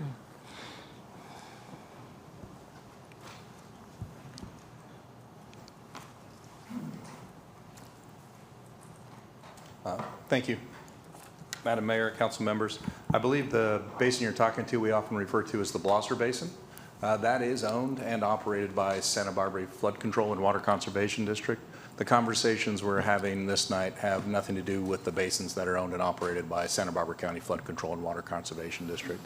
Those are clearly owned and operated by that entity, and the funding for that comes from that entity. You were dying off there on your conversation, Mr. Springer. Sorry. Okay. Get a little closer. So they maintain it? That's correct. They own, maintain, and operate at a very that. minimal, they maintain it, right? They pay for it, correct. The function of that basin is purely flood control, so you see they have access control with fence, and then it is unlandscaped, and its purpose is for flood control, not aesthetics. Not aesthetics. Okay, well, it serves its purpose, certainly. Thank you. Did I have anyone that wanted to speak on this? Yes, Madam Mayor, I have Lori Tamura. She also submitted a letter last Friday, which was emailed to council, and we provided a hard copy for you tonight. Okay, correct. Ms. Tamura. Good evening, Lori Tamura with Urban Planning Concepts, and I feel I am representing Dan Blau in memory of him because this was a very important topic for his projects that he was working on. We started this effort about 4.5 years ago with the city. The city did hire engineers to look at this issue, and the process got delayed for a number of reasons, probably including COVID. As noted in my letter, there are a number of different types of basins that are currently within the city. Most of them are cared for. The problem that we have is twofold. One of them is existing basins that I have named orphan basins. 4 of those basins are not owned by any entity because those entities were disbanded. The companies have discontinued. They're not owned by anybody. So currently the city maintains them, the city operates them, the city has equipment on them, and those basins should be assumed by the city, basically by eminent domain. They've operated them for more than 20 years in some cases. There are 2 basins that are currently in the period of time that a developer still has responsibilities for the project. One of them is an East Ridge, but there's no association created. There's no CFD created. The homeowners would probably not want to vote for an HOA. This is a city obligation to take those basins on. In regards to the future, I think the way the wording is in this policy is a poison pill. The first 2 items, every single basin will have those provisions within them. So no basin will be assumed by the city. There will be no dual-use basins. There'll be no park facilities in them. And so we request that the city council refer this back to staff and work with the development community to come up with wording that would be successful in those few cases where a dual-use basin, a park, and an amenity can work together. In the city of Santa Maria, the landscaping district is calculated to include the maintenance of these basins so that the city is not left with a liability. There is no cost impact to the city because all of the surrounding homeowners within that district pay for those amenities. And so I think we just need to rework this policy that's being proposed and come up with better wording for this. So I am in support of working with staff to come up with a better solution than what's being proposed, and I hope that the city council directs staff to assume those remaining basins that are the orphan basins. So Thank you. Thank you very much. Thank you. This is my slip for the next one. You know, I see the landscape district a little differently than I see the basins, and it's just the basins just seem to incorporate so much more and so complex. When we have orphan basins that we need to do something with. So somebody needs to adopt them, right? So I have no problem with staff going back and working this out, you know, on the subject with some of the developers. That's not a problem. I don't know, what does everyone else think? And I drove and looked at these basins, and I'm just, you know, like I said, we use some of them for parks. The city uses them. And then who's going to pay for this? The people in the surrounding areas?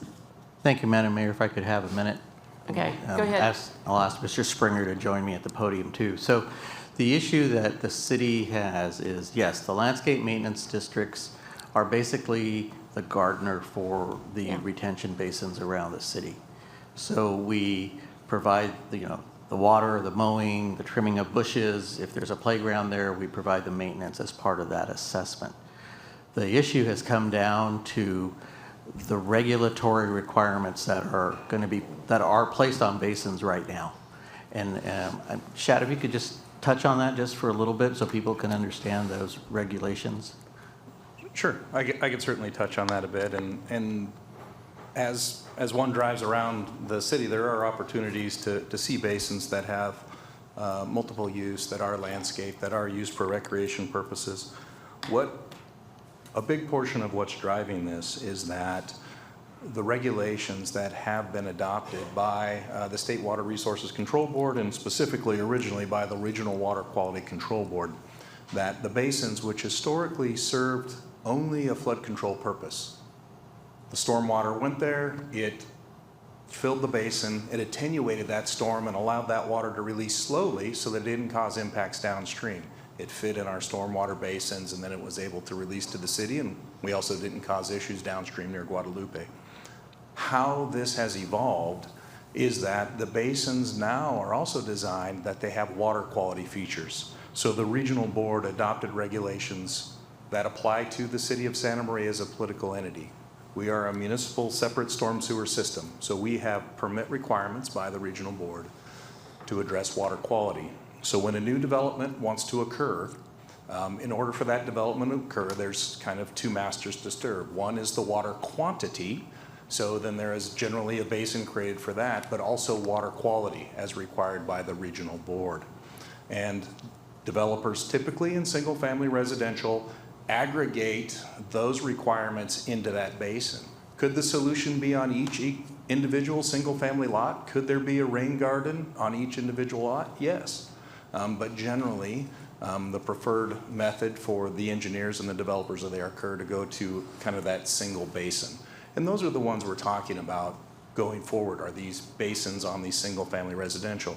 And what's happening there is there's water quality requirements. You might hear low-impact development was a term we were using 10 years ago when this was kind of starting, and those require special types of soils that are supposed to treat the stormwater as it perks in, and also, as opposed to just in the old days where we would attenuate the storm and allow all of the water to release out, at this point, they also want us to allow percolation into the groundwater to match pre-development levels. So there's a portion of this basin that never leaves. Those water quality requirements are annual requirements. They require reports, they require inspection, they require reconstruction when the soil reaches the end of its life. And those were the concerns brought by staff, particularly in Rec and Parks, regarding the landscape maintenance districts. Ms. Osland earlier described that it's really about watering the grass, mowing the lawn, doing those typical maintenance, not these other monitoring, reporting, reconstruction requirements that we're dealing with the post-construction requirements for the water quality. So it's a different scenario than we were dealing with even when I didn't start with the city that recently, but back when I started with the city, we were only worried about water quantity.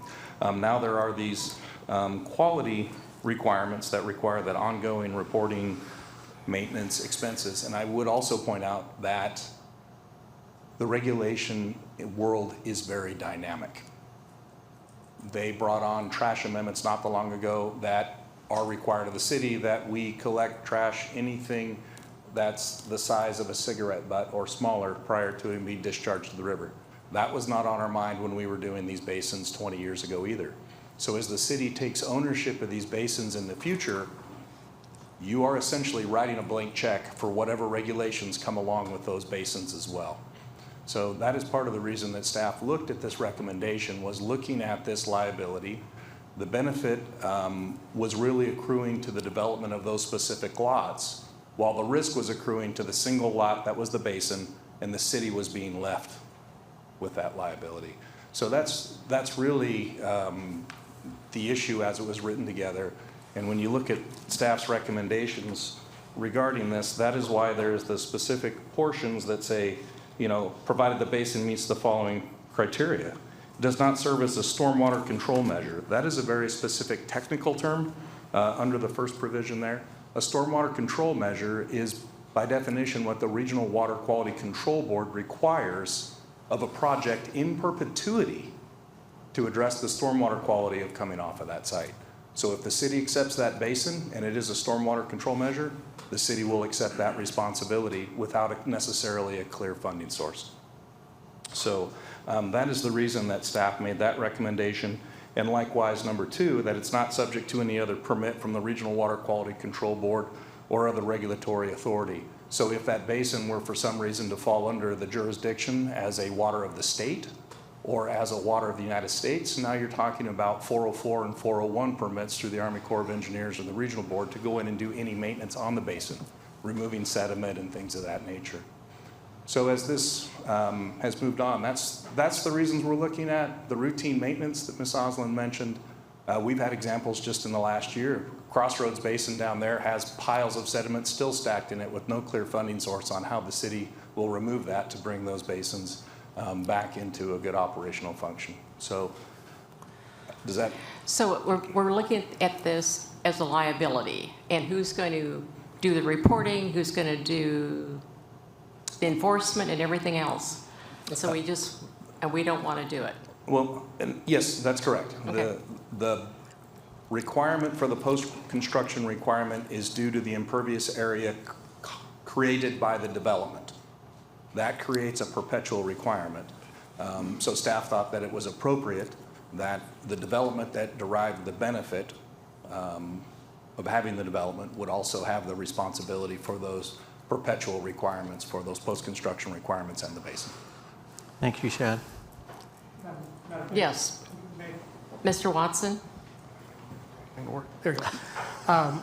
Weighing in on the risk. The example we have is the Semco issue, where the city owned a well, and 40 years later, there's a responsibility the city is now being told by the regional board to undertake. So the policy is also to provide clarity to developers going forward that do not have an expectation that the city and or the taxpayers will pay for your stormwater retention elements. This policy really is a driving forward position by the council, and we will address and deal with and talk about the orphan sites because there are issues that previously have occurred. But in order to have a clear demarcation between past development and future development, we want this council to weigh in and basically say, if you developer insist on doing a stormwater retention basin, because there are other engineering options than a basin, then you will have, or your ultimate consumer will have the responsibility to pay for it. That's really the nut of what this policy is asking. Was there any public input at all on this, working on this policy? Thank you, Madam Mayor. Yes, we've been meeting with, as Mr. Murrah mentioned, with Dan Blau before he passed for, she said 4.5. I think it was more like 5.5 years ago that we started the discussion. And I agree with the city attorney that there are those orphan basins that we can work on with the development community and try and figure them out. There may be some other ways to look at generating the funding that's going to be needed for that. Like I said, I think most of them are part of a landscape district right now. As you know, it's a major process to raise the landscape district assessments, but it's certainly something that could be considered. We could look at working with the owner. Well, the fact that there is no owner now, we'll have to figure out a way to find some way to deal with it. Either the city's absorbs the costs or the potential liability. Those are the ones that are the most concerning. I think there's 6 or 7. I'm not sure of the exact number. So then who pays for the orphaned basins? That's, because just because it's close to this development, this community, those people are going to have to pay for it? Because they're not going to be happy. So typically, they're already paying something into the landscape district. The thing is, it didn't pay anything. It was not planned to pay for these control measures that, regulatory measures rather, that Director Springer mentioned. So yes, it would have to be them that would have to agree. And at the same time, those it. homeowners didn't plan on having to pay for it either. Correct. So my recommendation would be is that we look at the policy as something going forward and that we continue to work with the development community on the basins that we know that orphaned, as they've been called, and see what we can come up with. And I know in the past when we've developed policy, we're not doing overkill. I mean, we usually do right to the line of whatever is required from the state. So I'm assuming that's still happening with this. Right. I think the important thing to note is Director Springer's comments that it's a moving target with regulatory agencies right now at the state. Well, you've got the Regional Water Quality Control Board, yeah. Yes. So we're just lucky we're not in the coastal zone for the Coastal Commission, I guess. Okay. Thank you.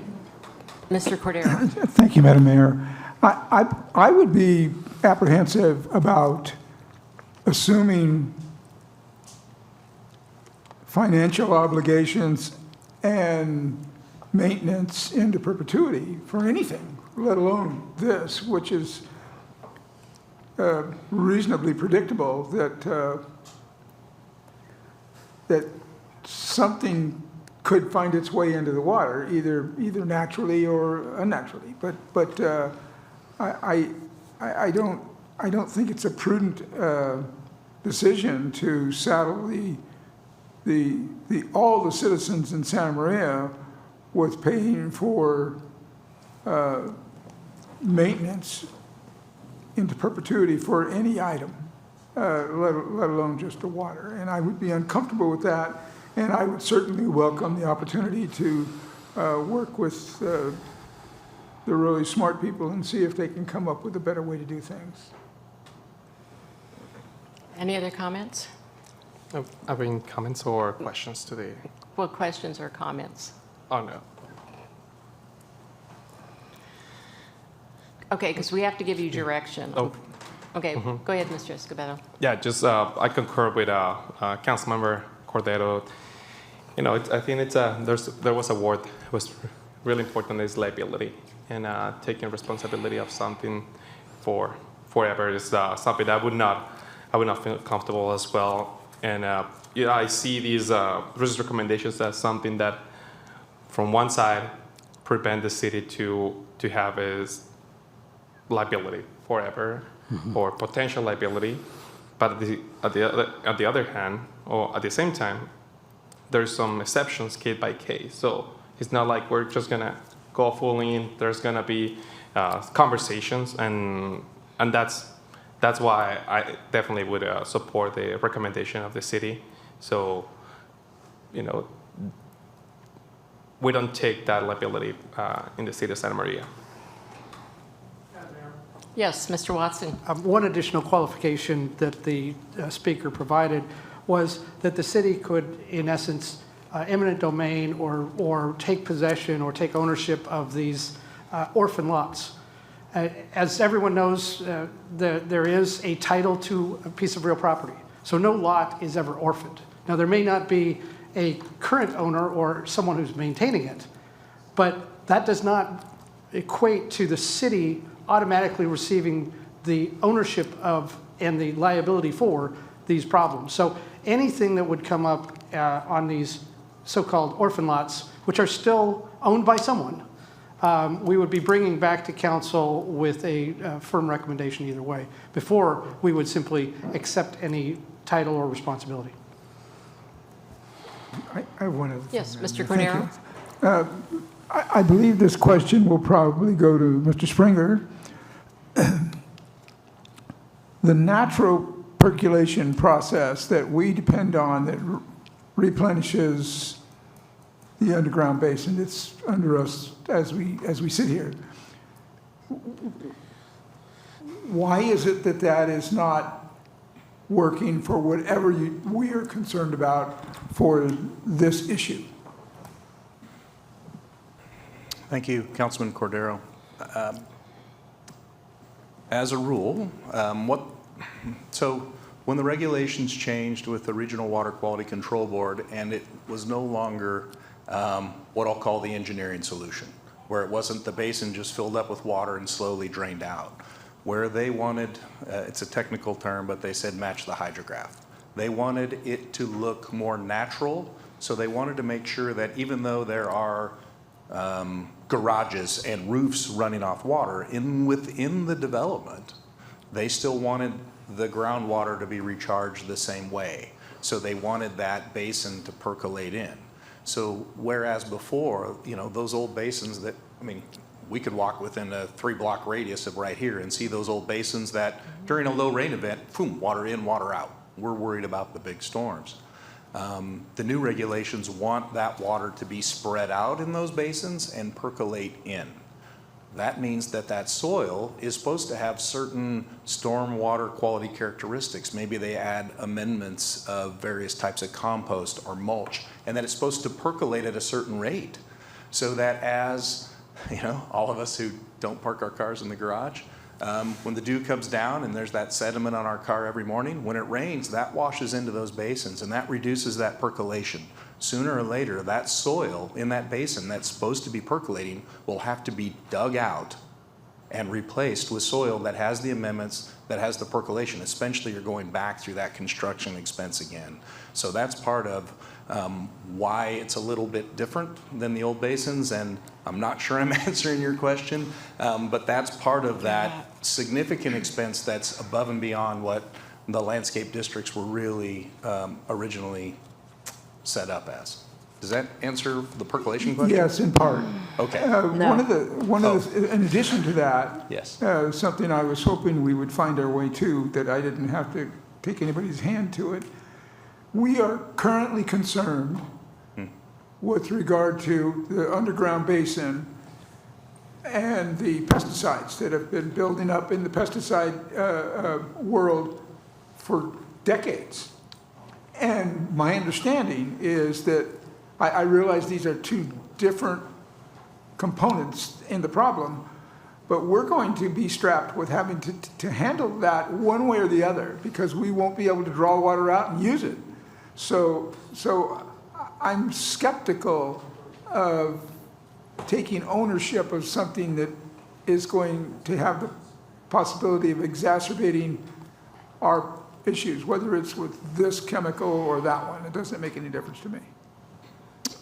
And that is a similar position to what staff discussed, and even the discussions lately that we hear out of, the rumblings from the EPA or the regional board, brake dust that might have heavy metals, which then gets into the gutter and rinses into these basins. So if we go in there to remove soils, we're testing to see if they're contaminated soil. So it's not a question of just digging it out and spreading it somewhere else. It may actually have to go be disposed of, like in a hazardous waste type facility. The reason the regional board is requiring these post-construction requirements to match the hydrograph and to keep that water on site, to your point, is that the river or the waters of the US or the waters of the state are the receiving water. That is our point of compliance. So they're looking at these basins to essentially trap and accumulate those, which then, to Mr. Watson's point, become a point source to later look at that needs to be cleaned up, and that would be an expense. Thank you, Mr. Springer. Thank you. Okay, did you want to say anything? Yeah, Okay. I think in terms of the comment about eminent domain, I just want to note that eminent domain is not an obligation that public entities have. It's actually a way for us to have rights to be able to take and pay fair compensation. So if there's no owner, we really can't pay fair compensation, and that would not apply. So just want to make sure that we're not talking about something that is not a possibility. Also, in terms of conversations, right, you stated that the last conversations you guys had was with Dan Blau 5 years ago. Was there any recent conversations that we've had with the development community? And how soon, how long ago was that? Thank you, Councilmember Aguilar Hernandez.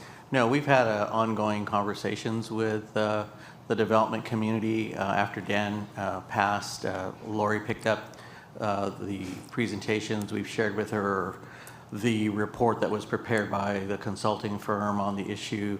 Mr. Wu's been working, communicating, letting, kind of previewing things so that they would be in the loop the entire time. Okay, well, have we given you enough direction then? Because we're all over the place, obviously. So if I may, so again, the staff recommendation is that you adopt the policy as presented, and that the modification would be is that we continue to work with the development community on the orphan basins and to see if there's some way to work that out. Prospectively, if a new development came in if you adopt the policy, then they would be responsible for creating a mechanism to fund the cleanup, or rather not the cleanup, the maintenance of the discharge issues that basin's going to create. They could still be in a landscape maintenance district if they chose, to maintain the landscaping part of it, but the water quality requirements would have to be funded some other mechanism, either an HOA or something like that. Who is going to manage that imposition of the charges to an HOA? So ultimately, the city is the regulator, as I understand it. Is that right, Shad? Do we have to make sure that they're maintained and checked, file their annual reports? How does that work? Yeah, thank you. So with all of the developments, and this could be commercial development, residential, that is subject to post-construction requirements that have these stormwater control measures, they are assigned a number or a permit from the city. And if they have to do annual inspections and reporting, we currently do that through the utilities department, just like we do our backflow program, for example. If you own a backflow device, we send out notices. We want to see copies of your inspections, make sure we do that information. We are required to report to the Regional Water Quality Board annually on the stormwater control measures and those permits within the city. So that would be something where we would be working with the people who have these. There are individuals that have stormwater control measures at this time that we go through.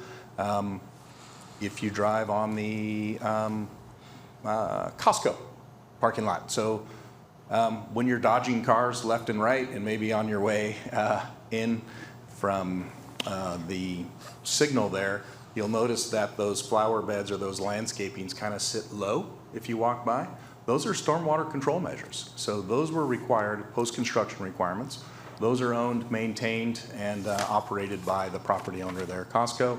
They do have a permit through the city so that we can track them, make sure they're doing their annual maintenance and reporting, and then we have to report on those annually to the regional board. So this would be a similar situation to the program that already exists. So in the event that there are some developments that are probably in the 70s and 80s that don't have an HOA, right? Are those the ones that we consider orphan? But there's, multiple houses around them. So the orphan terms, there are a half a dozen or so on there. I think of those, as I recall from Lori's letter, let's say that there's a list on the top, maybe 4 or 5, where it's unclear who the heirs, successors, and assigns are, like who is in that chain of title, to Mr. Watson's comment. The ones that are from the 70s and the 80s, frankly, from a staff perspective, those things we're talking about, liability and those concerns, those basins weren't designed or construction for those post-construction requirements, those annual reporting liabilities. It's more of that classic flood control basin that has better looking landscape than Santa Barbara County Flood Control. So you're really talking about the retention bases that were built after 2000? We would have, so the one specifically mentioned twice tonight, the one out at Westgate, which would be just east of Panther Drive, as I recall, that was constructed after the post-construction requirements were put in place. So that would have these lingering annual tendrils and potential liability. And I believe that's what Mr. Posada is saying, that if the council adopts this policy tonight on those orphan basins, it would give, or on the policy. So that's on basins moving forward, how we handle single-family residential.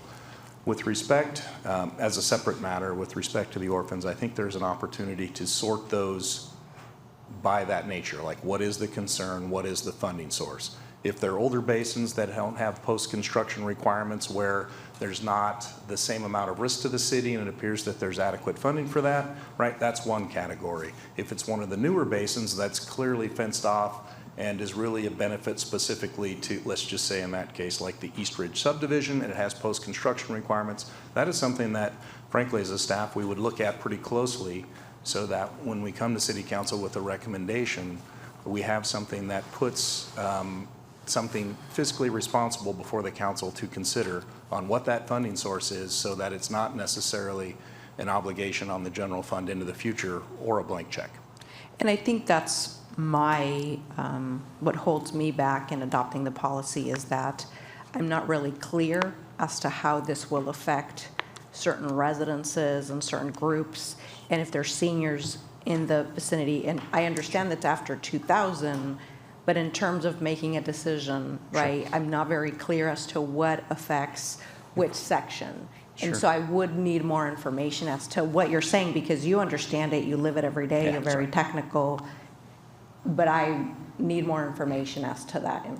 Can appreciate that. Just as a matter of clarification, the policy asking for tonight is moving forward. It would not affect existing subdivisions. Well, it would affect the orphans. The orphans, what I'm suggesting is adopting the policy tonight is with respect to when new development comes on, new subdivisions. And we have an example of the city council approved a subdivision a couple of years ago, the Northman subdivision, that does have a private basin, that does have private funding. So this has been a situation that has occurred in the city within the last, sorry, COVID time, but within the last few years. I would be okay with making the distinction as to moving forward, because we have an owner, we know who it's going to affect, right? But in terms of after 2000, that big gap, you're talking about 24 years, I'm not comfortable with that right now. Correct. And I'm hopeful that, based on the list that Ms. Tamura, put together for us and looked at with the various consultants, I do believe that list of orphan basins is relatively small, and those could be handled on a case-by-case basis. They are as they are now. The adoption of the policy tonight would not change how they're currently owned and operated, but certainly understand the desire to come up with a clear direction to finish that, right? They're a little bit in limbo. And I think that's the reason also staff is requesting action or recommendation on the policy tonight, so that as new subdivisions come in, there is clear understanding and the developer can understand the expectations of the city. Okay, thank you.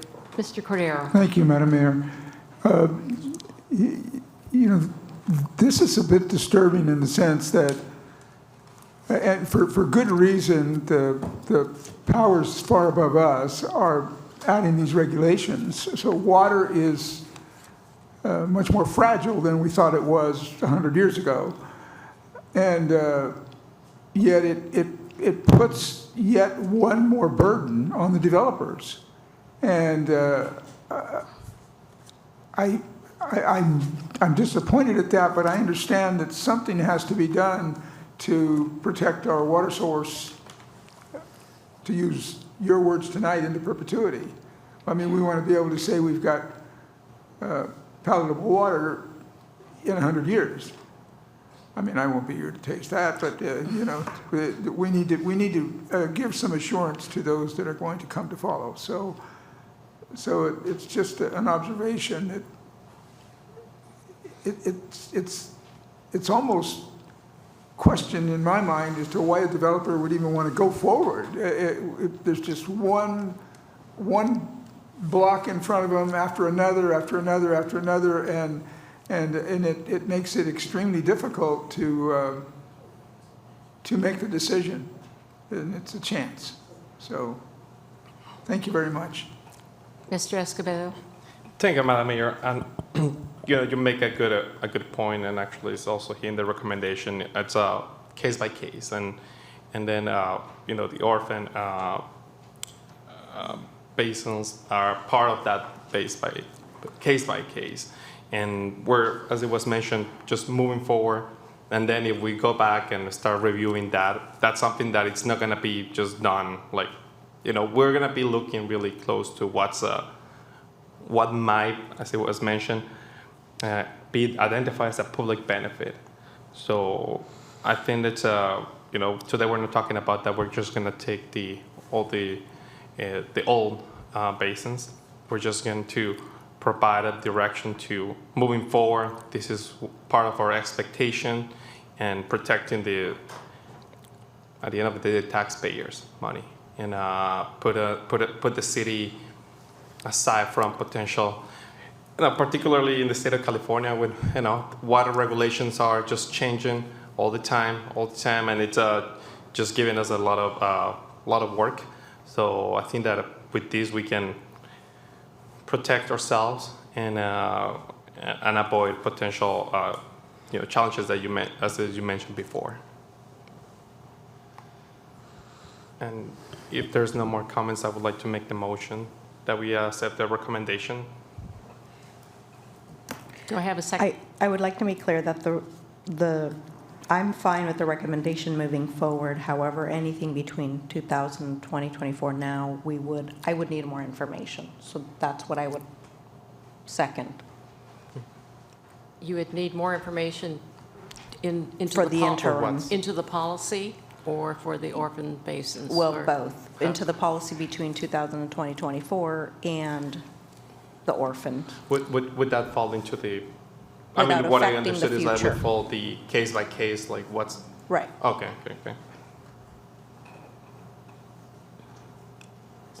So- We gotta. Okay, I have a motion and a second. Can we do that, what you just said?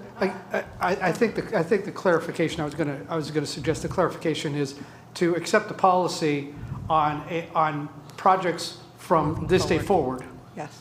And direct staff to review situations that exist today that are considered orphan basins. I think that's what I understand the motion and the second to be. Would that be Correct. accurate? Correct. You accept that as the motion? Yeah, I would. Okay, thank you.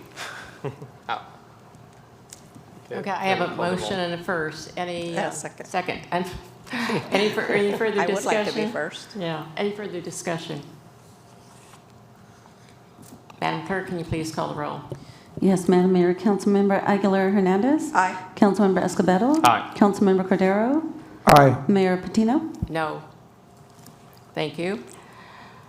The last regular business item will be on the sales and disposition agreement between the City of Santa Maria and the Vernon Property Group. Assistant City Manager, Mr. Wu, will be making the presentation.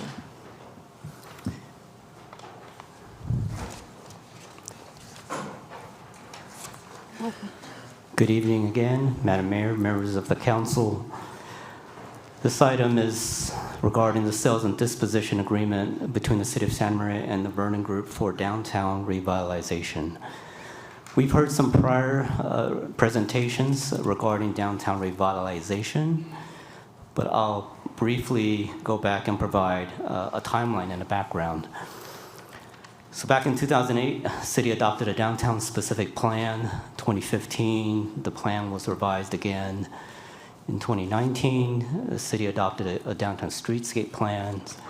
So we've seen a lot of plans, a lot of discussion, a lot of hopes. And in 2020, in collaboration with our chamber, we issued a request for proposal for development on underutilized city property. And that's really identifying some sites in downtown that's what we consider underutilized and to maximize its potential.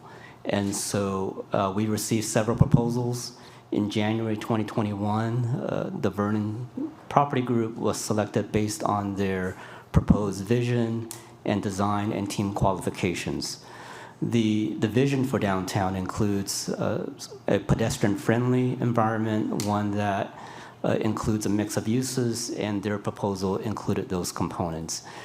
For the last couple of years, we've been working on refining the project concepts, agreement terms, and working on specifics for Alvin Newton Apartments and Firefighters Memorial, the Heritage Walk Lofts, and working through the Surplus Lands Act process. So there are, again, two projects that are already approved, Alvin Newton and Heritage Walk Lofts. That's the former Mervyn's. And those are in plan check at the moment. We have construction plans, and we're reviewing the construction plans at the moment. Again, this is stepping back a bit. This is really an effort to create change in our downtown. And I think some would see our downtown as, well, it's already built. What can you do? But we're trying to create a lot out of very small sites, and to create a walkable downtown. that would have destination features, the plazas, the open spaces, the restaurants. And so the concept includes all that. It's the restaurants, plazas, open spaces on the ground floor, but with housing above those ground floor uses. So we call that mixed use. And that's the concept that's being proposed. And we'll also work closely with existing businesses. There's the existing mall, there's existing businesses along West Main.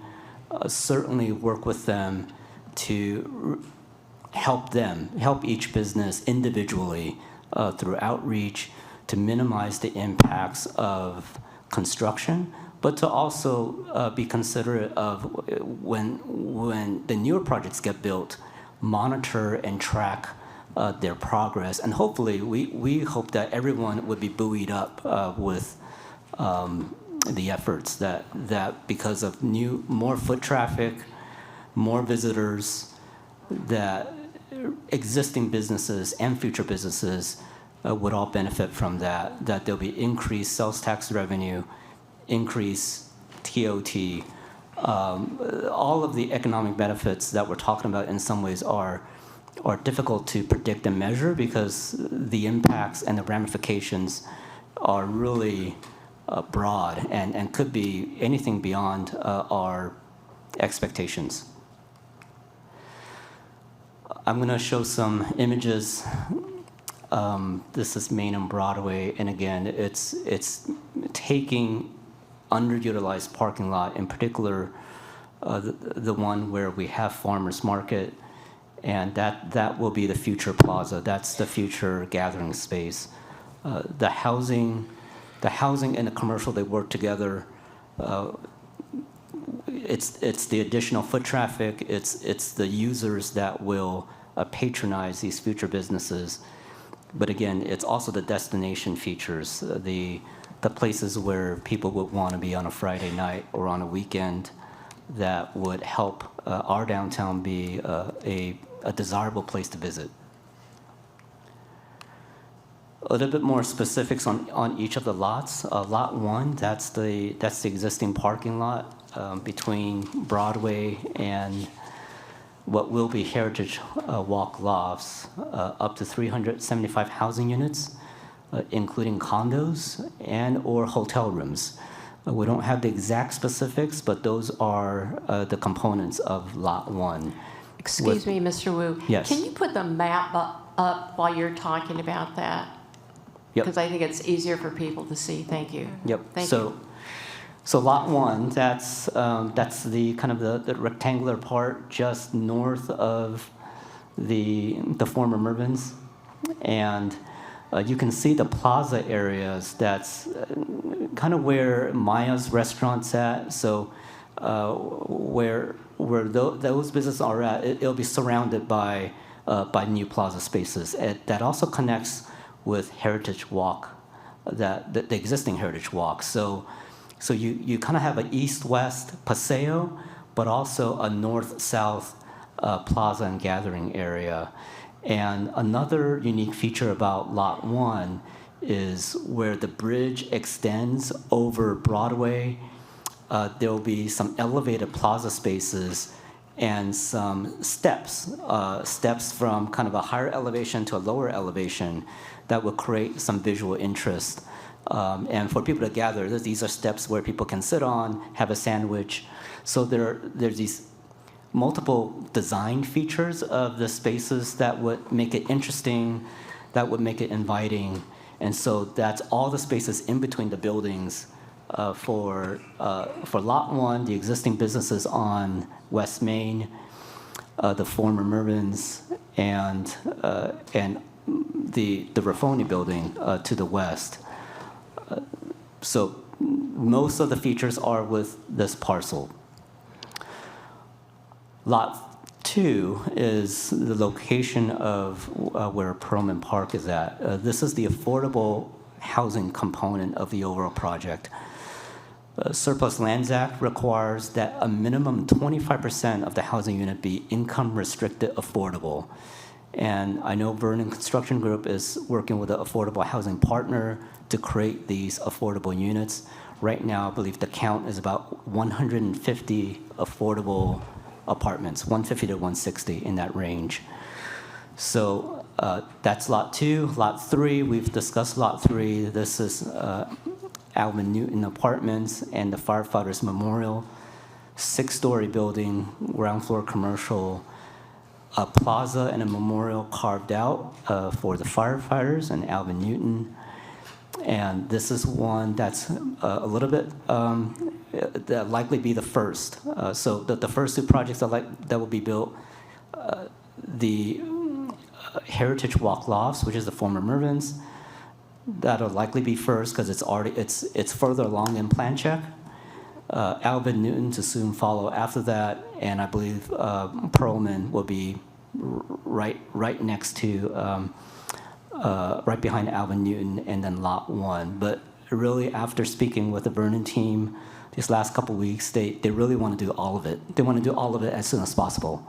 So, because there's a recognition that you can't build the housing without building the restaurants and the plazas, because the plazas and the restaurants is the attractive feature for future residents. If we're trying to attract the young professionals, the future doctors, and they want an environment where they can step out of their apartment or step out of their condo and get coffee, then you have to build the coffee shops.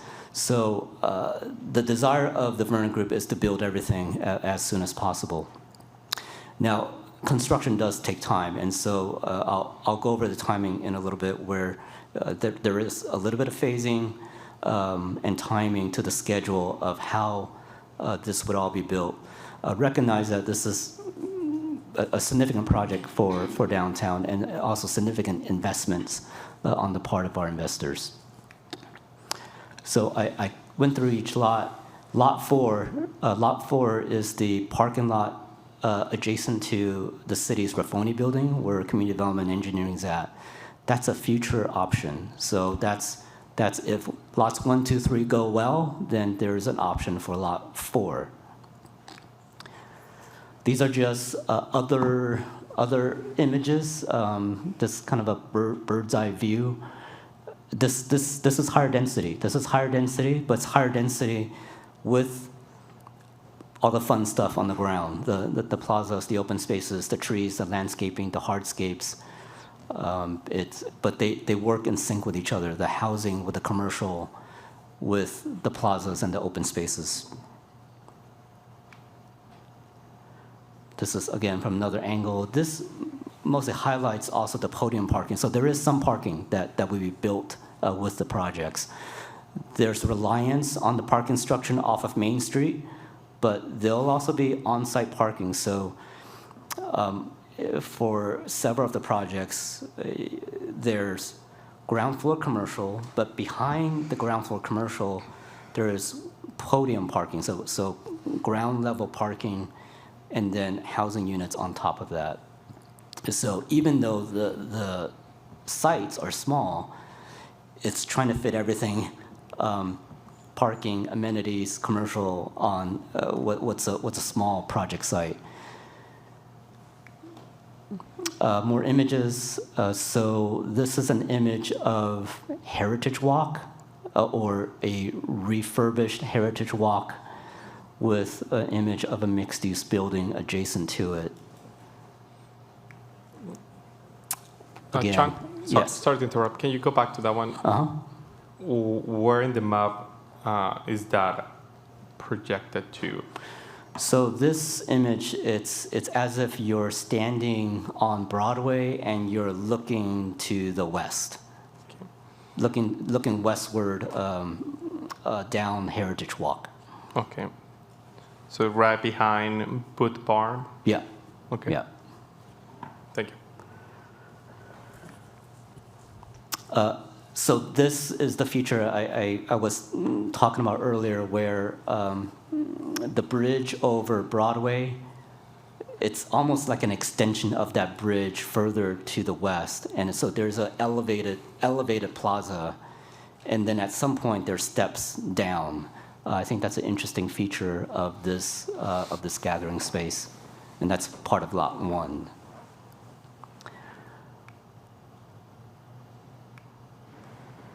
Again, this is Lot 2, parking on the ground and units on top. And there's courtyards and some open spaces built in to serve the residents. This is the affordable housing project. These are some elevations for Lot 2. It's currently named Perlman. That's okay. Okay, that's the northeast. Yes. Yeah, okay. Mhm. Yes. This is a view if you're standing on Main Street. And again, Lot 3, Alvin Newton, this is previously approved. I'm just showing these images again to remind you what was approved. Again, we have construction documents that we're reviewing now. And these are some renderings of some of the open spaces and dining areas on the ground floor adjacent to Alvin Newton Apartments for Lot 3. So this will be facing Broadway. This is you're standing on Broadway, looking east. And this is looking west. This is if you're standing kind of where where the Tesla charging stations are at, and you're looking at the plaza space and the Firefighters Memorial. This is a westward view. And this is a site plan, again, that you can see kind of that green space that's carved out.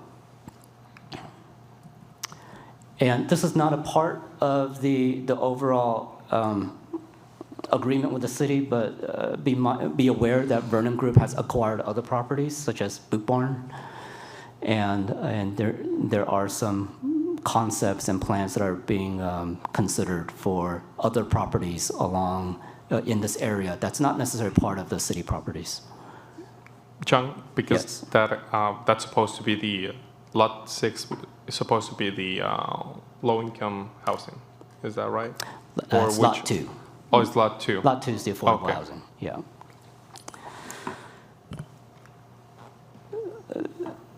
In the agreement between the city and Vernon, there are incentives if expectations for the project are met. So in the agreement, there's design expectations and timing expectations.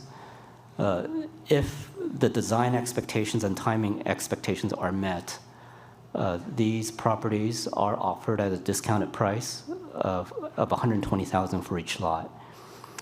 Vernon Construction Group would have the ability to use a town center parking structure on Main Street.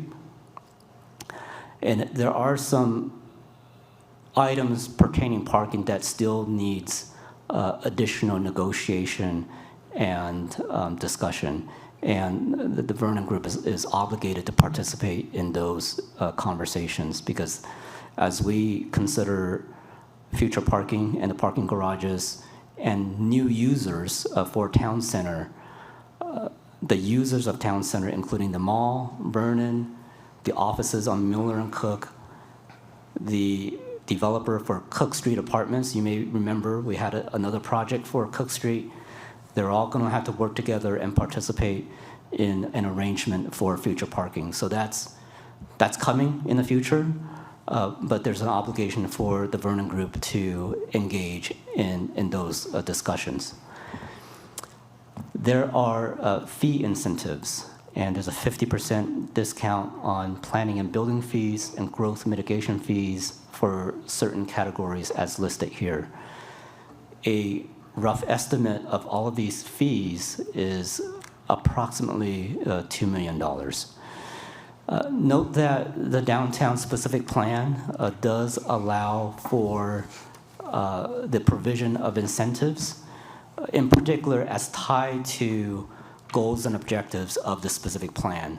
There has been this policy that if a proposed developer builds something that meets the downtown vision, that there could be incentives that are provided. There are additional concessions, some infrastructure that the city will be building funded by REAP. There's a grant that the city will be receiving, and that will primarily pay for sewer upgrades to serve the downtown. And so a Vernon Group would certainly benefit from those sewer improvements. Timing. As mentioned, Lot 3 will be first. We have construction plans we're reviewing now. And I think the developers certainly, they usually would ask for a certain amount of time to build projects. And they've asked for essentially 3 years to build these projects. We're in 2024. And I would expect that the plans for Alvin Newton would be completed at some point before the year is over. We likely would see construction for Alvin Newton early 2025. And it likely would take a couple years. It's a six-story building. Lot 2, Perlman to follow shortly after that. Lot 1 by... Now we're about 6 years into the future. But, you know, in thinking about how much change, and this truly is a transformation, this will be a transformation of downtown. You know, 6 years can go by quickly.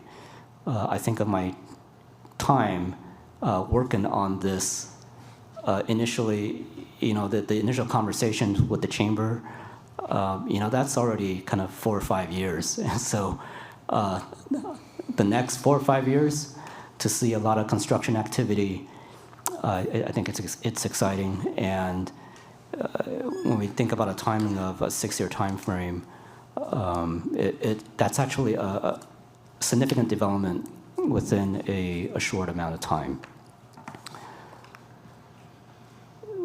So the recommendation is to adopt a resolution approving the sales distribution development agreement for surplus land in downtown identified as lot 1, 2, 3 with an option for lot 4, and authorizing the city manager to complete the negotiations and to execute the sales and disposition agreement between Vernon and the city of Santa Maria, and all necessary implementing agreements and documents consistent with the material terms presented to the City Council. So moved, Madam Mayor. This concludes staff's presentation. Welcome any questions you have. Representatives from the Vernon Group is here. And this concludes staff's presentation. Thank you, Mr. Wu. Any questions from the council? Mr. Escobedo. Thank you, Madam Mayor. Question, we got a couple. One would be, were these properties appraised? And if so, how much? Was because it's in the report, it says that discounted price of each lot is $120,000 per lot. Yes, so, Madam Mayor, Council Member, back when the chamber and the city were having some discussions, there were appraisals that were conducted for these parcels, but they were all the way back, I believe, in 2020. So the appraisals are about 4 years old. Off the top of my head, I can't tell you the exact amounts, but I'll tell you the appraisals are certainly more than the $120,000. I want to say they're in the range of $500,000 to a little bit over $1 million for each of the lots.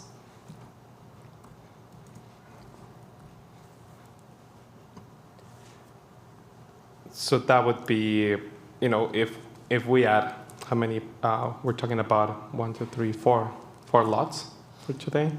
Mm-hmm. So it would be that each lot we would be getting without the discount for approximately a little bit less than $4 million. If it was just the market, the appraisal. I'm not sure it's that much. The larger parcel, Lot 1, that's the largest property, and that's about 2 acres. And from what I remember, that one had an appraisal for about $1 million. The others, Lot 3, Lot 2, Lot 4, they were under $1 million. So we're talking about the biggest one. I would say that's close to $1 million, and then the smaller ones that's less About than that. 500. 500. So 1.5. Other one, 2.5. I would say two the to incentive. So if you were to take those older appraisal numbers, and you can say a ballpark would be 2.5, and then but now they're paying 120 times 4, so you can think of it as a $2 million incentive, but that's a ballpark number. So we're talking about that if we add the $2 million that is currently posed on the agreement on this recommend resolution for, that's $2 million, depending on the final count of units. And if we would be adding another $2 million if it was without the discount, would that be? Yes, yes. So it's really a $4 million discount? I mean, a little bit less because, I mean, we're getting some out of the 4 units, so the 200, maybe $500,000 from the 4 lots. Yes. Okay. And there's recognition that that these are efforts to activate the sites, and that the possibilities of what the city could get in return would offset, likely more than offset, the initial incentives. And talking about incentive, so this discount, the 50% that everybody gets when they build downtown, is that from the full recovery cost fees, or it was from the previous or the current fees, or how was that calculated? Yeah, council members, so this would be a 50% discount at the time of their permit application. So whatever the fees are at their permit application, it would be 50% off that figure. So that application was before we jump into full recovery and for fees, or not? Okay. Okay.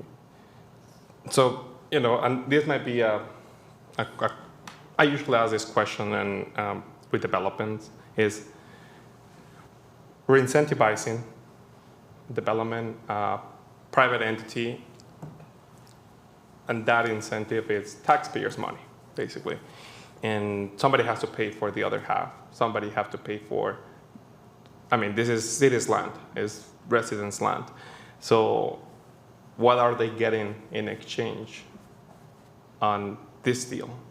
That's one question. I don't know you guys want to answer. We got some of the Burnham Group here, just. Yeah, let me just keep the questions right now just to Mr. Wu from the dais, and then we'll go to the Vernon Group. Okay. Is that okay? Yeah, that's fine. Did you have questions? Did you have any questions, Mr. Cordero? I'm a bit confused. Yes. I'm a bit confused as to what we're trying to do here. We entered into a negotiation several years ago and struck some level of deals, and now am I hearing that we want to change that? I don't think that is right. How I understand it is we came to an agreement to sell the properties for $120,000 each lot. Now the developer is coming, asking for additional reductions in the fees. Is that? No. Chen? No, Madam Mayor, Council Member, I think as we began these conversations, there was the discussion of incentives were from the very beginning that the developer would need some incentives to be able to make the project feasible. And so I think we took this approach of, what could the downtown be and what could the economic benefits be, and what could the benefits be for our residents and future residents. And we're mindful of what's happening in the region, that there's a lot of activity regarding Vandenberg, SpaceX. We heard comments about are there future housing opportunities, but also housing in a community with cultural amenities and entertainment amenities. So it's with that vision in mind that we took this approach and partnership with the Vernon Group, understanding that it may take some incentives to get to a point of having a proposal that we believe is transformational.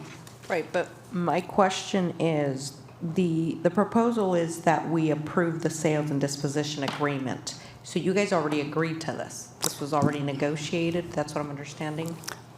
This is an agreement that we've been working with the Vernon Group on that requires City Council approval. And so we're bringing it to the council today for final adoption. Okay. Yeah, and I'd like to make a comment. I know with the REAP and the ARPA funds, just to redo the sewer lines downtown, without that money coming in, this thing would be desolate downtown, absolutely, because nobody could build on it. The infrastructure would not be there. And consequently, nothing was being done for years downtown until we got that money to do that. And I know we have another area in town. How far did we go, though, with those sewer lines? Was it a block or two west? Do you know that? Oh, I'm Mr. going to defer Fulgoni. to Mr. Fragoni. So if you're referring to the planned sewer improvements that Yes. we're looking at, it'd be essentially all the way to Depot Street, down Church. So we'd intercept it at Broadway. Okay. And then upsize from there. And this has been a challenge for Santa Maria to do anything downtown because we did not have the infrastructure to do it. We have another spot in Santa Maria where nothing can be done on it, development, because the infrastructure is not there. And I know it, we've been working at this. When Jason was city manager, we were talking about doing this and trying to get the ARPA or the REAP funds to do it, and still have not been able to find any funds to provide that infrastructure. Anyway, any other questions of Mr. Wu? Okay. Okay. Do we have any requests to speak? Yes, Madam Mayor, I believe you have one for Matt, and I have Okay. another one for Laura Tamura. Okay. Okay, fine. I'll take Matt Chirkop and then Ms. Tamura.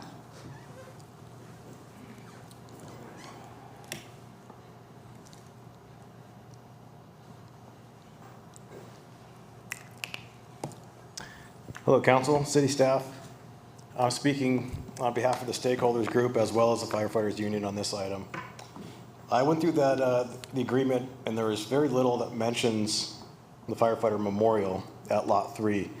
Under the Lot 3 section, it talks about reestablish firefighters in Four Corners memorials in coordination with stakeholders. I'm hoping the city is advocating on our behalf because there's been very little communication from the city other than from Mr. Smitherman on the mosaic probably about 8-9 months ago. Also, we had discussed with the Vernon Group about an easement to that memorial so that we would retain ownership of a future statue that we're still trying to come up with some funds, about $200,000 to $250,000 for an Alvin Newton memorial statue. It seems like there could be some givebacks here that would help us as well. Now I'm going to go out on a limb and speak on behalf of my union. We would gladly buy Lot 3 for $120,000. We'll give you a down payment today. I have a checkbook. That way we can preserve Alvin Newton's sacred site. Now, I don't blame the Vernon Group for any of this. I would do the same thing if I, was the chief officer in the Vernon Group. I'd wheel and deal all day long and try to get the city to pay for as much of my project as possible. I don't blame them whatsoever. but you guys keep giving it away. Home Motors, you gave them $2 million to move across town. I don't get it. And we're not talking about future service to this area. You're talking about discounting impact fees that go to the fire department, the police department, sewer, all that stuff. We had independent analysis done, and we can't assemble 26 firefighters to a medium hazard alarm anywhere in the city. It's 0. So we can't get, and that's what this is. That's what all these buildings are. Medium hazard structures. Our road network, 0% coverage at current day staffing. If we added 10 firefighters per day, we would increase our staffing, or increase our coverage to 31.9% of the city's road network. That's NFPA published minimum standards. I hope somebody's asking those questions when you guys are bargaining for these agreements. This is our safety. This is the community's safety. This is the community's tax dollars. This is the voters' tax dollars. Once again, I'm not opposing the Vernon Group. I'm asking you guys, you got to start forward thinking. You keep giving this money away. You keep giving, sacrificing our future services. And meanwhile, we're still trying to build a memorial for a firefighter that died 54 years ago. Thank you. Madam Mayor, after Laura, if you can open it up for the Vernon Group as well to come. I will do that. Thank you. Would it probably more appropriate for them to go first? We have a The ver- presentation. well, They have a presentation, it's not public comment. do you have a presentation? Yes, we do. Oh, okay. If can you guys bring that up? Madam Mayor, I believe it's still public comment, so we should allow Laura to speak first. Okay, Mr.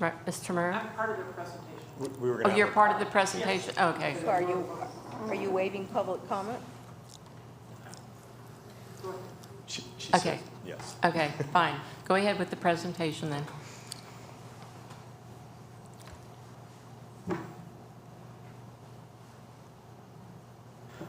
So just really quick, I think Mr. Wu did a great job kind of talking about the project and giving you guys an update. I'm pretty much here to answer any questions that you guys have, and some of the questions that were already just asked. Lori and Glenn will both kind of help answer and talk about their parts and involvement of this process. I don't want to bore you guys and go back over timelines that we've gone, and I just want to make sure I'm going the right way on this. So just really quick, we already saw this overview. Again, a lot of these are just placeholders, so we can kind of see what we could fit, so we could start building out the development agreement. We could understand what we're proposing. And a lot of the renderings you saw, again, were white placeholders. Back in 2020, Can you get to a mic? Sorry. Back in 2020, this was our RFP presentation. This is kind of a shot of a little bit better rendering of our vision. Now, I just want to point out, we haven't gone through the process yet. We know there's still a lot to work through with all the stakeholders on what is this ultimately going to look like. And so this is just kind of visions of really what we see and where we see it going. And so we are putting a lot of this together to understand how much parking we can get there, to understand how many apartments we can get there, and kind of go from there. I just want to touch really quick. You guys are both probably familiar with the lofts in Elvin Newton Apartments, since they were approved approximately 2 years ago. And just giving you an idea, we haven't stopped. We've been working on those tirelessly. We've submitted for both these for construction documents. They're in the review plan check. Our goal was to try to break ground on both of these by the end of the year. And so we're really hoping we can make that. We definitely think we're going to hit that with the lofts, maybe not Elvin Newton Apartments. And so just next up, I wanted to call Glenn just to kind of speak about the chambers process.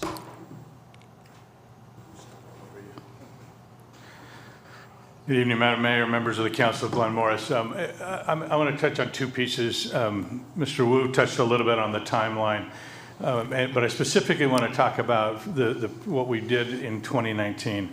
As you remember in his presentation, 3 or 4 years earlier, you all revised the downtown specific plan that had sat on a shelf for 7 or 8 years because, as the mayor rightly pointed out, no one was knocking on your door. to come in and do something. So as we really looked at this and tried to help understand how could we help the council and the city achieve that goal of a revitalized downtown, we really tried to come up with the idea of how do we incentivize that? How do we make that area attractive to a potential developer? And what the city had as an asset that was unique to this particular area was you own some underutilized land. You actually owned a lot of underutilized land in the downtown. And so in consultation with the city leadership at the time, we came up with this idea of offering that land as an incentive to bring a developer to our community, or surface one from within the community if they existed at the time, who would have a vision that would match what the council had approved and which was informed by years and years of public outreach in developing the specific plans, right? So the community had told us what they want. The council had formalized that, and it then got put on a shelf until we came up with a mechanism to make that attractive to a developer to come into the community. 2019, we put all that together. In 2020, we sent that out to a large number of potential developers, had a few that came back with some really interesting ideas. A committee made up of council members, representatives from the Rec and Park Commission, and the Planning Commission reviewed those, scored them, selected the Vernon Group in January of 2021 as their preferred partner for this project. And that then began many years of negotiations and refining these projects. I think it's interesting and it's informative to understand the original concepts here included no on-site parking, fully utilizing the off-site parking garages that are underutilized today. They included no purchase of the land. That was the incentive, right? Was you can use our land if you will come and build something interesting in our community. Obviously, that deal has changed over the 4 or 5 years appropriately because the facts on the ground changed, and the city staff and the developer team have continued to refine that deal until we reach tonight, where they're recommending to you the best deal we think we can put together for them, but also for our community. I also want to touch just briefly on the economics of this. We hear regularly when we're talking about some of the incentives, this notion that we're giving something away, that we're taking money out of the city's bank account and giving it to somebody else. Let's be clear. There's an appraised value for pieces of land, but that land is worth absolutely zero if there's not a potential buyer, right? And that was the case in this community until 2021, or until about 2019, 2020, right? No one was knocking on your door saying, could we buy this land from you? So whatever the appraised value was, the city was getting nothing. As a fact, you were spending money, and you still are today, to maintain those parking lots, to restripe them, to refinish them, to provide security and respond to public nuisance issues. All of that is on you today. Those pieces of property today are not on the property tax roll. So you get zero revenue to offset the city's expenses, right?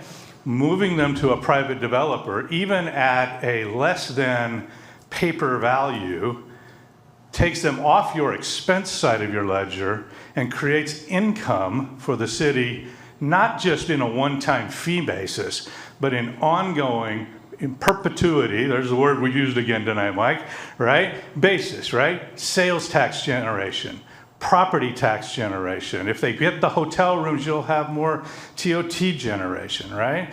In the short term, imagine all those construction crews down there for 4 or 5 years.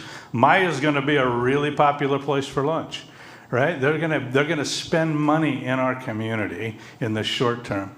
In 2019, when we began this project, we commissioned not only the appraisals, but we commissioned an economic evaluation, which said that at that time, if this project was built, that the revenues to the city, direct revenues, new taxes, new property tax, would have equaled about $3.5 million over the first 5 years.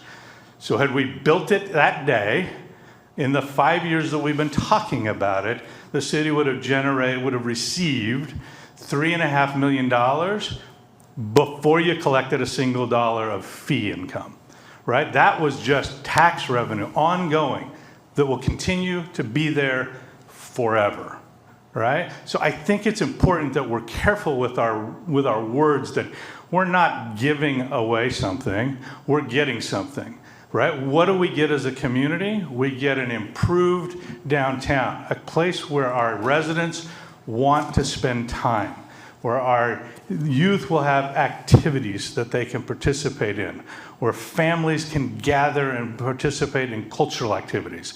We get an improved, common spaces, the Paseo and the Heritage Walk and these gathering spaces where we can hold street fairs and, things that right now we're kind of finding random corners of the town to hold stuff in, right? We have a gathering place, a place of pride that our community can point to and will be that attractor for the rest of the community.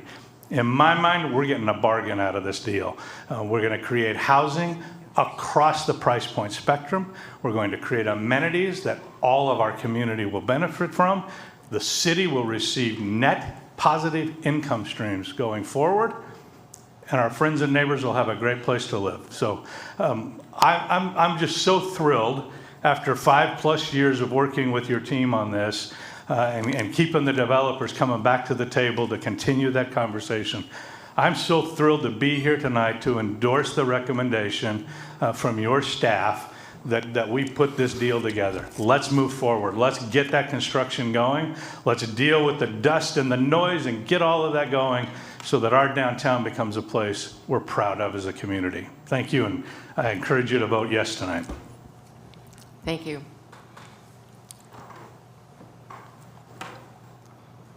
Ms. Tamura?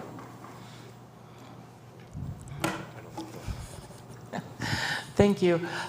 Lori Tamura, working with the Vernon Group. The slide before you, which was part of the package, talks about the chronology of this effort.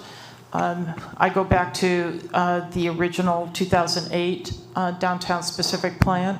That was about a 4-year effort prior to that, so we're talking 20 years ago.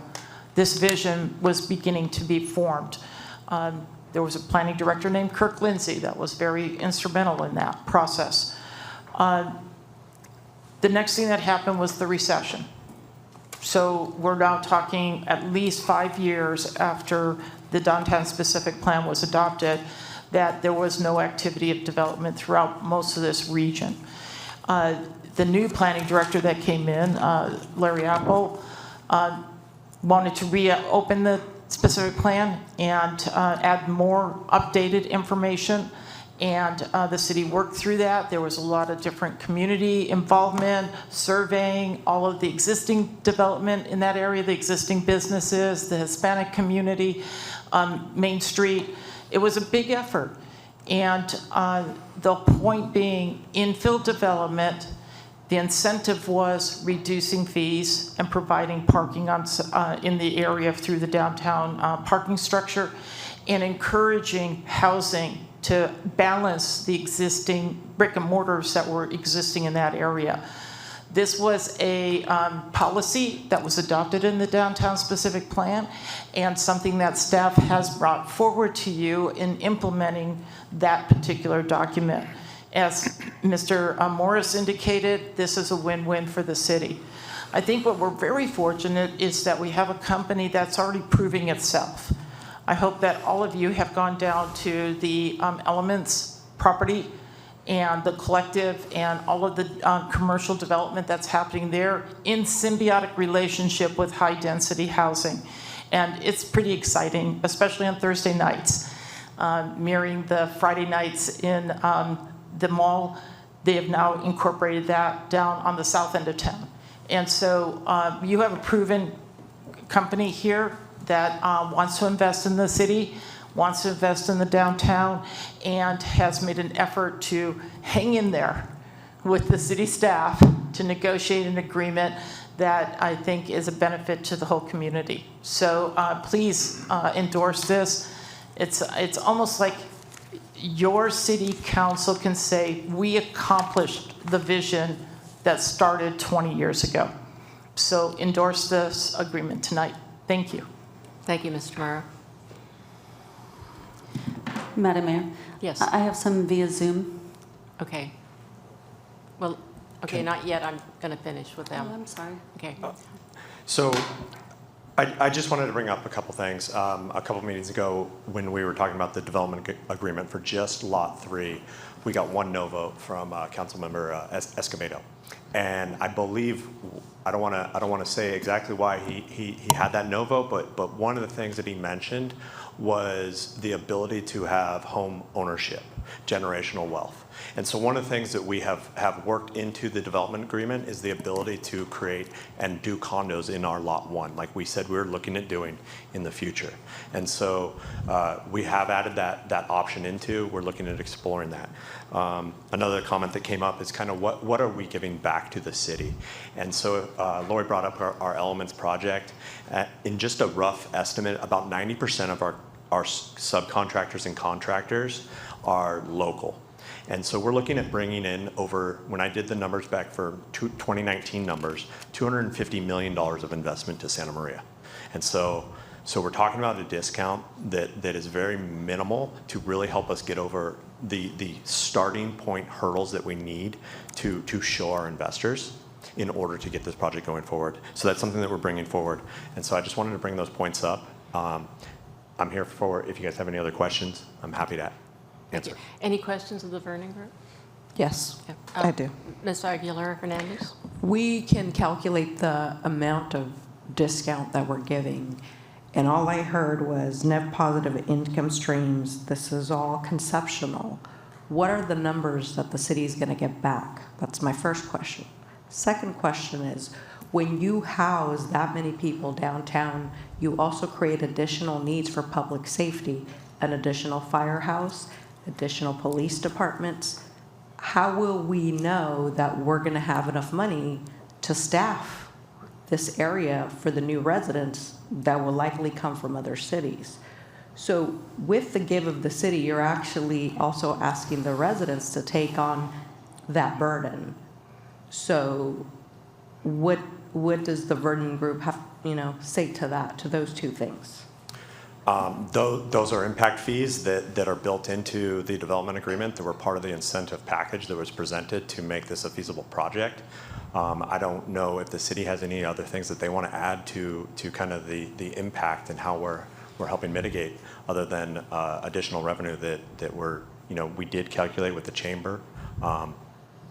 We had more specific numbers in the original RFP, and I don't really have them in front of me right now. Mr. Wu, can you answer that? Yeah, Madam Mayor, Councilmember Glenn did bring up one number based on some assumptions. All I can say is that with infill development, there are some benefits to infill development where you're not introducing new roads, new infrastructure. You're relying on existing roads, and the infrastructure needs to be upgraded. And there are more people living in proximity to each other. And so, yes, I do think that in terms of public safety, there'll need to be planning for those future residents. That's certainly with any growth, whether it's infill or growth on the outskirts of the city, we make sure our city operations plan for those future growth.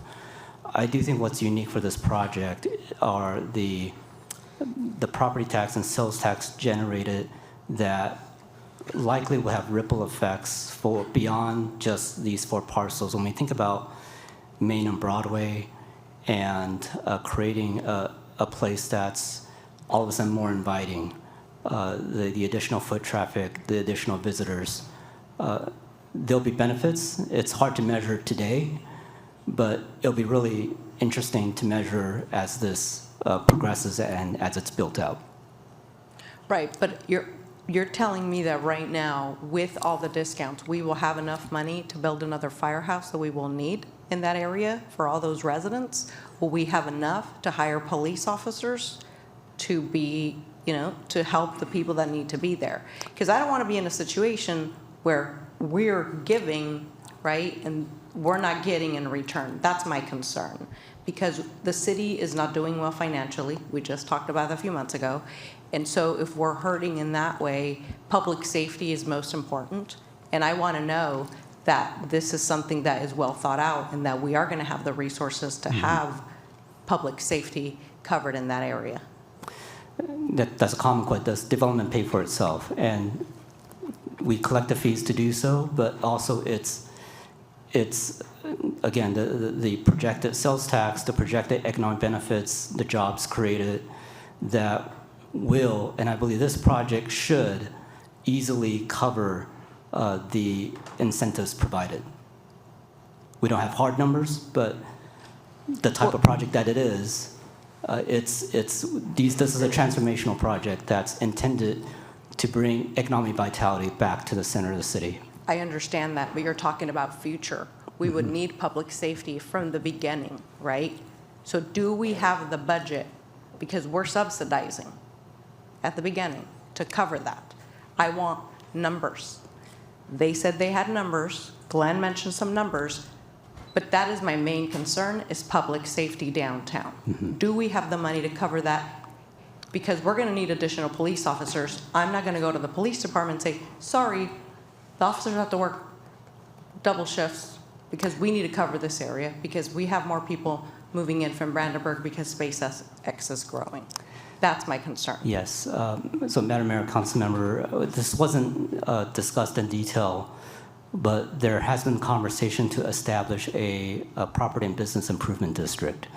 And the conversations in regards to the PBID would create a funding mechanisms for what we consider the clean and safe components.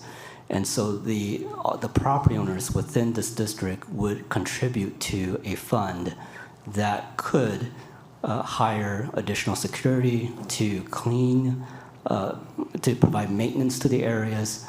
That wasn't particularly highlighted as part of this agreement, but it is something that I have been communicating with the chamber about, and also with Michael Boyer, the new CEO, this discussion of, or establishment of a PBID, and that likely will come before the council in the near future. Right, but that's not part of this agreement. So you're asking me to make a decision without that agreement. See, I think the project is beautiful. I was on the planning commission when I approved it. I think it's great. My concern is public safety. And I need to know that that is covered with the reduction in fees right from the beginning when it is needed. That's my concern. Thank you. Okay, any other questions from the council? It's not a question so much as a comment that I think we're all concerned about public safety. Certainly I am. But how do we predict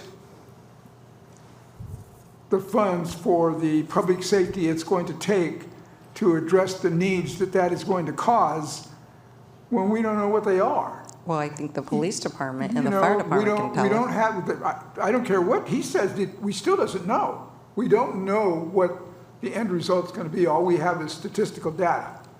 We have that X number of officers work with X number of people. And so I think a little bit of your question is unanswerable. We don't know what's going to come about. I mean, that's like me asking you to tell me how much I'm going to be able to, how's the rain going to be in 10 years? You don't know. We don't know. Right, but there's mathematical data that we have, There right? is, and so they will use that data to supply the answers to the questions that you're asking.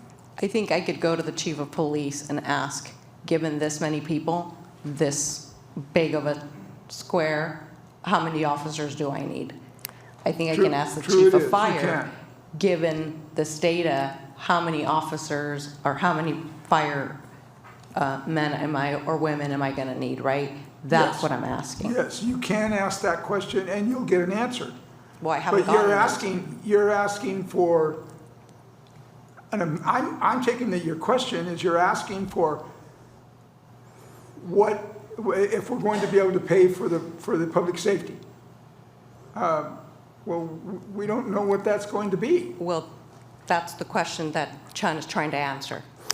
Yes, Okay. Madam Mayor, Council Member, I'll add one more aspect of this. The city will be updating our AB 1600 fees, and right now we have consultants on board assessing what's needed as far as infrastructure, including from the different departments. What are the future facilities that will be needed? And so we believe as part of the AB 1600 fee update that should answer part of the question, but this is an effort that is in process at the moment. Okay, I've got some people that want to speak on Zoom, right? Okay. Madam Clerk, can you? Sorry. Yes, let me ask her to speak. I have the name Lulu Luna. What is it? Luna? Lulu Luna. Can you unmute yourself or? You're on.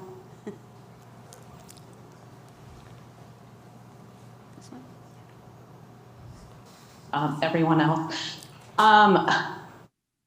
So this is a beautiful project, but we do ask as people who actually live here, has anyone thought with the congested downtown areas, how will this affect traffic on it's already a very congested traffic area. If you drive through there at 3 p.m., very, very busy main Broadway. And we ask that also the city can kind of keep, hopefully, the citizens' opinions in mind, because these projects severely affect the residents. I've seen projects approved by the city that have negatively affected the quality of the lives of the residents here. And I keep hearing that this was approved in 2020, but the population has increased since 2020, and so has our crime rate. And I'm hearing the concern of Madam Mayor with how will this project be funded and have public safety, because you are adding a whole lot of new residents in these very high density projects.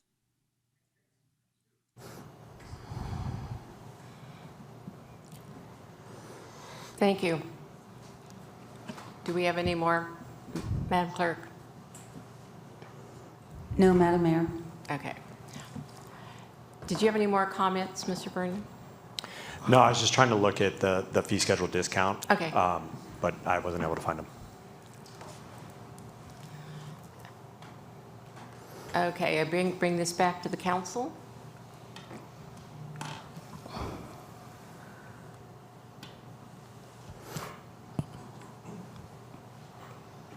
Ms. Jessica Veteran, did you want to say anything? Yeah, I would like to bring some conversation I had in consideration, and that's the day-to-day Santa Maria. I had so many discussions about not just this one, but other items, particularly when it's about incentives. People get frustrated first. The process for some residents to build an ADU or do other renovations at their home, it's time consuming, takes them out a lot. And the small developers, local developers, it's a long process. And they pay the full cost. Now, it's expensive for them. So when I have these conversations where these kind of items come before us, and I have to give an answer, and it's hard to justify incentive to this magnitude. I mean, we're talking about maybe close to $7 million altogether, counting the ARPA money. And that's an issue, a challenge that I have with the day-to-day Santa Maria.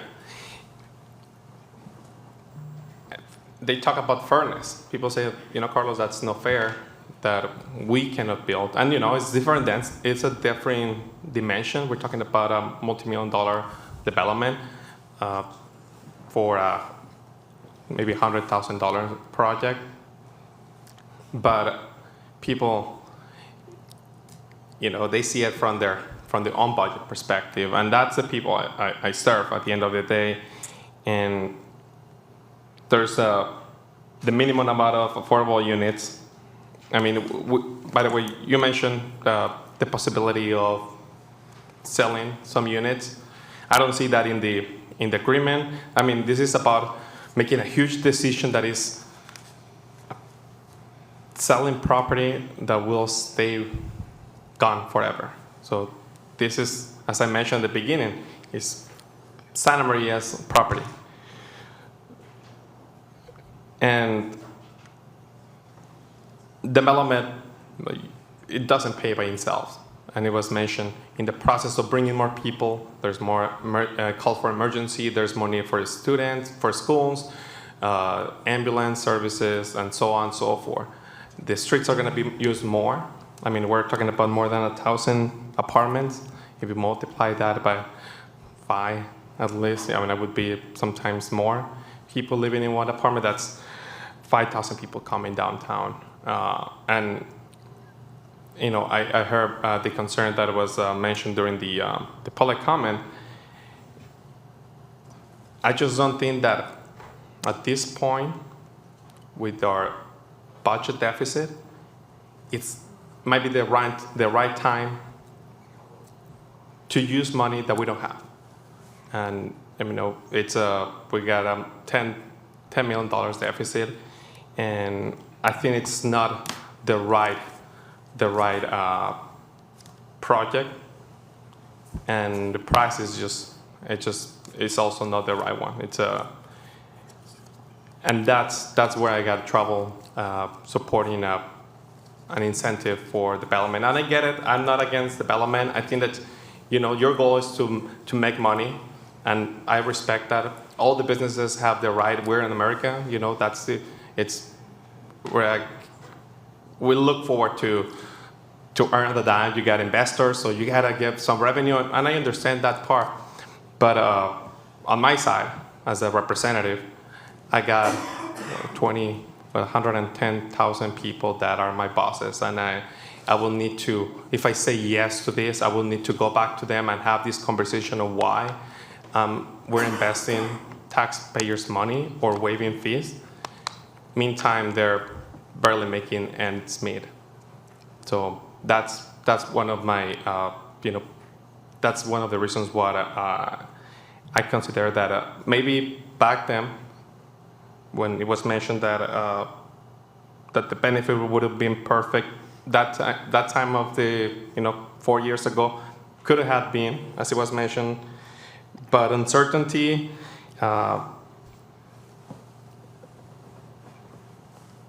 I think this is going to transform. This can transform downtown, but the cost is too high for me. Thank you. Okay, Mr. Cordero. Thank you, Madam Mayor. I see it through a little different lens. All that Mr. Morris said, I would have summed up as what it is. It's an investment. An investment. It's not unlike buying a small gold bar knowing that you think it should go up, and it may not, but you believe it will, and that gold bar is worth 2 gold bars in 10 years, or 3 or 4. So I see this as an investment, not as a giveaway. One of the options that I see that you have is to say, well, if it's not going to work, then we'll pull out and you can go back to making the same nothing you're making right now. And I get that. So I would have a different tack to go with the development and reap the benefits for decades to come and supply the need of people to live and hopefully get enough police and fire and satisfy everybody on the dais. And yes, I have the same questions to answer. I've been asked the same questions, and I've answered them kind of like I just did here, right here tonight. So I think that Mr. Morris explained it eloquently. And yes, it does appear that they're giveaways, but they're not. You're not stealing anything, and we're going to get paid back.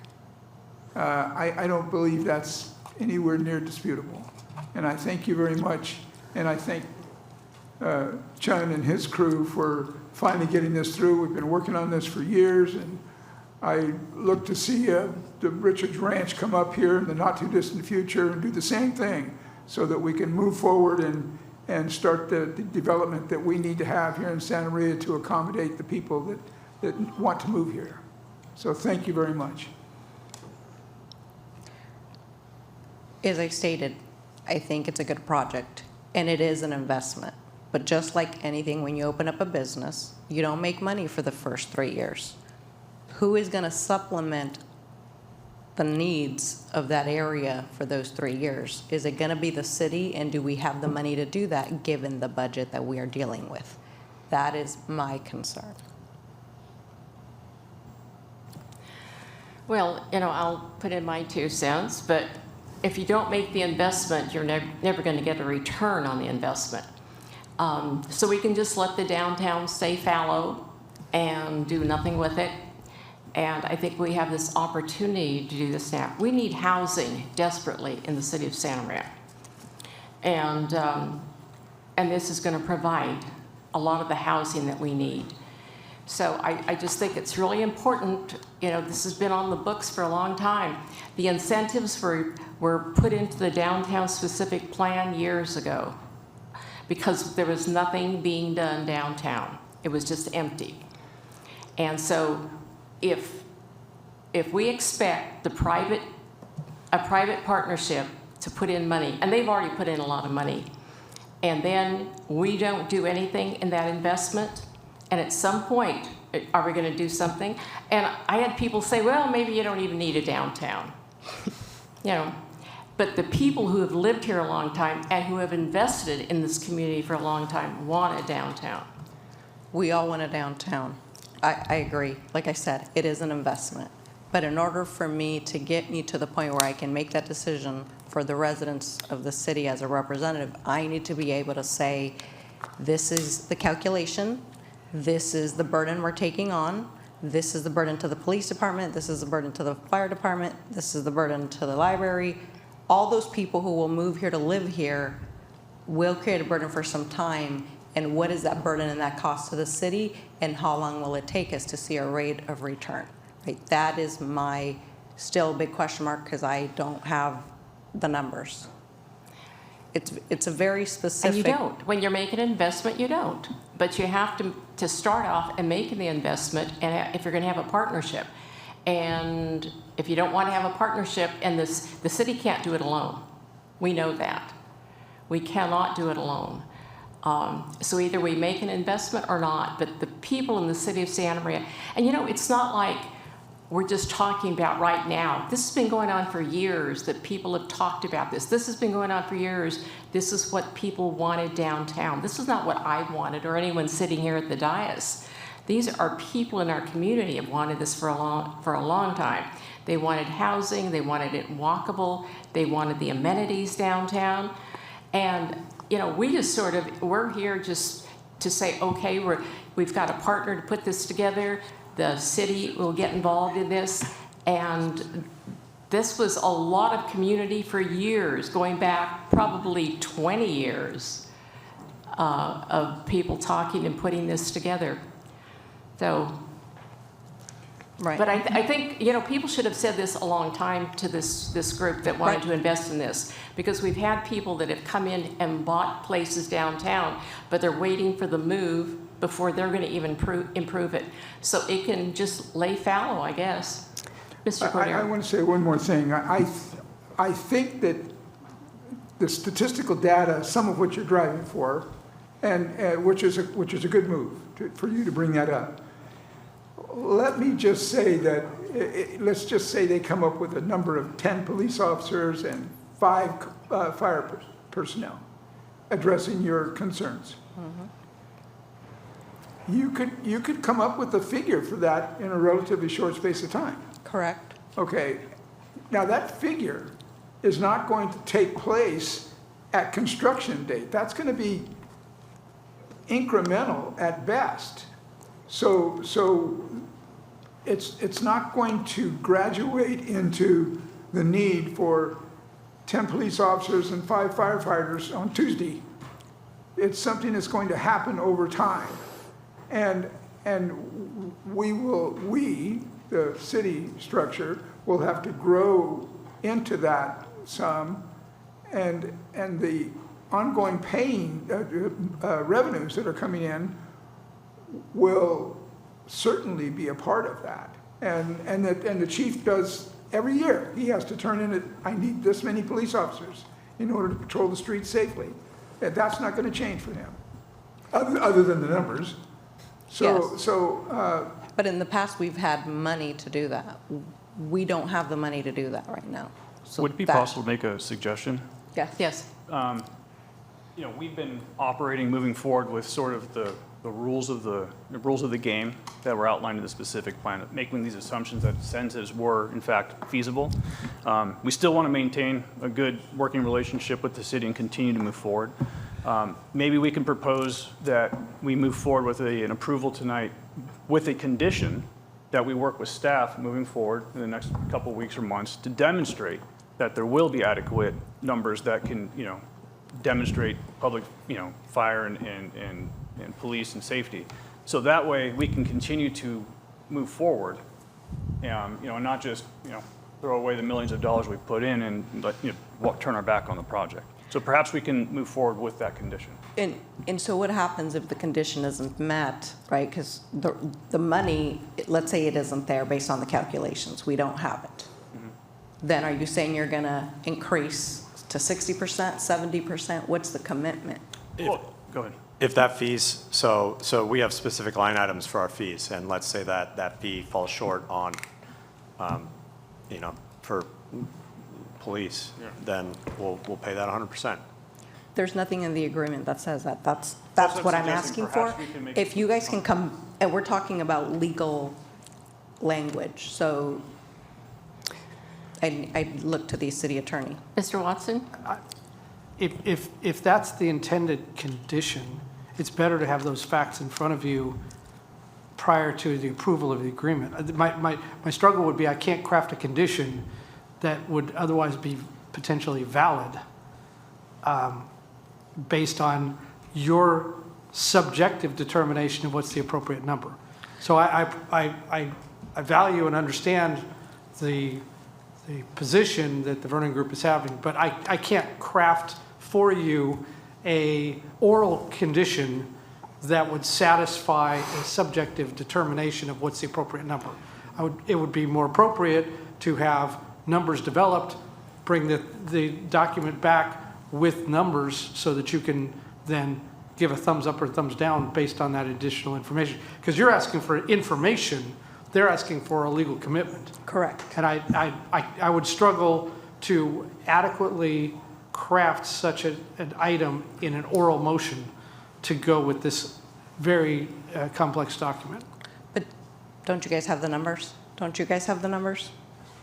Who's calculated the numbers in terms of how much fire, how much police we're going to need? I mean, it would take me a minute to dig into my financials, and I can probably pull those numbers up if you want me to right now. I'm happy to. Do you think you could have them by the next city council meeting in 2 weeks? I'm a little confused. Are you asking what we think the budget should be for the city? No. The city has. Mr. Wu? Yeah, Madam Mayor, Council Member, we do have estimated fee worksheets, so we do have the numbers. They're not with me at the moment. We have breakdowns of impact fees for certain categories, including police and fire. What I came prepared with was the sum total. The $2 million in fee incentives includes all the categories. So what we can do is come back and provide the council with the numbers specific to police and fire or any other category that you're interested in so that we know what type of fee incentives specific to the category that we're talking about. Now, keep in mind that when we talk about ongoing police and fire, the mitigation fees, it's paid one time. The ongoing revenues that fund police and fire, it'll primarily be through sales tax and property tax. So, of the $2 million, you're going to have a sliver of it that's going to be police and fire, but that's one time. Right, but I don't want to delay this too long, right? So could you get that in 2 weeks? Is it something that we could have in 2 weeks? Yes. Councilmember Aguilar Hernandez, we actually don't have a meeting on the 3rd. I know. So it would actually be the 17th of September. And as the council knows, we have some pressing time limits on that particular council meeting. I think what I'm hearing is that Councilmember Aguilar Hernandez would like to see those daily operation kinds of costs. What's it going to cost us to put the necessary public safety personnel on the streets generated by this project? Is that correct? Correct. Okay. You guys, I think we have a solution for this. Yes. I believe that, we've been working, like I said, in Do you mind good faith. getting closer to We the can't mic? hear We've you. been working in good faith on trying to get this to where we are now. We need to start trying to move forward. Why don't we just condition that we will agree to pay police and fire in full, okay? Right, but there's other costs. It's not just police and fire. That's what they're telling me. Well, I mean, Right. Exactly. There are incentives that are provided in the specific plan, right, that we are relying on. So we could agree to pay some, full of the police and fire. That will be more money. And if if it financially doesn't work for us, then we'll have to come back to the city and explain that it doesn't work. But we will agree to that. What we need is some certainty. We've been working in good faith for many years now, spending a lot of money trying to get to tonight's meeting and get approval so that our investors can be satisfied, our partners can be satisfied, city, so we can go to the next stage. Right. Further delays are causing a lot of problems. So we're I willing to try understand that. to accommodate some of that. And, This is not an accommodation. You heard the public call in and say, what are we going to do about the traffic, public safety, all that? I'm concerned that we don't have these numbers. You guys have been working on this for 5 years, and you don't have this data, right? That's what you're saying? I'm not certain we're quite following that. In terms of the fees, is that what you're asking about, what the No. fee number is? Or? So we are making an investment in you guys. Yes. Okay? We are giving you incentives. During the first few years, a lot of people will move into this area. Yes. Does the city have the money, given our current financial situation is not the same situation we had 5 years ago? Given our current financial situation, does the city have the money to hire more personnel for fire, for police, for traffic control? Right. That is my concern, because it. we are not in the same financial situation we were when we initially started talking to you, agreed to all this. It has nothing to do with the project. Like I said, I sat on the planning commission. I approved this project. It's a beautiful project. It is an investment. But can the city afford the investment? That is the question. Got it. Understood.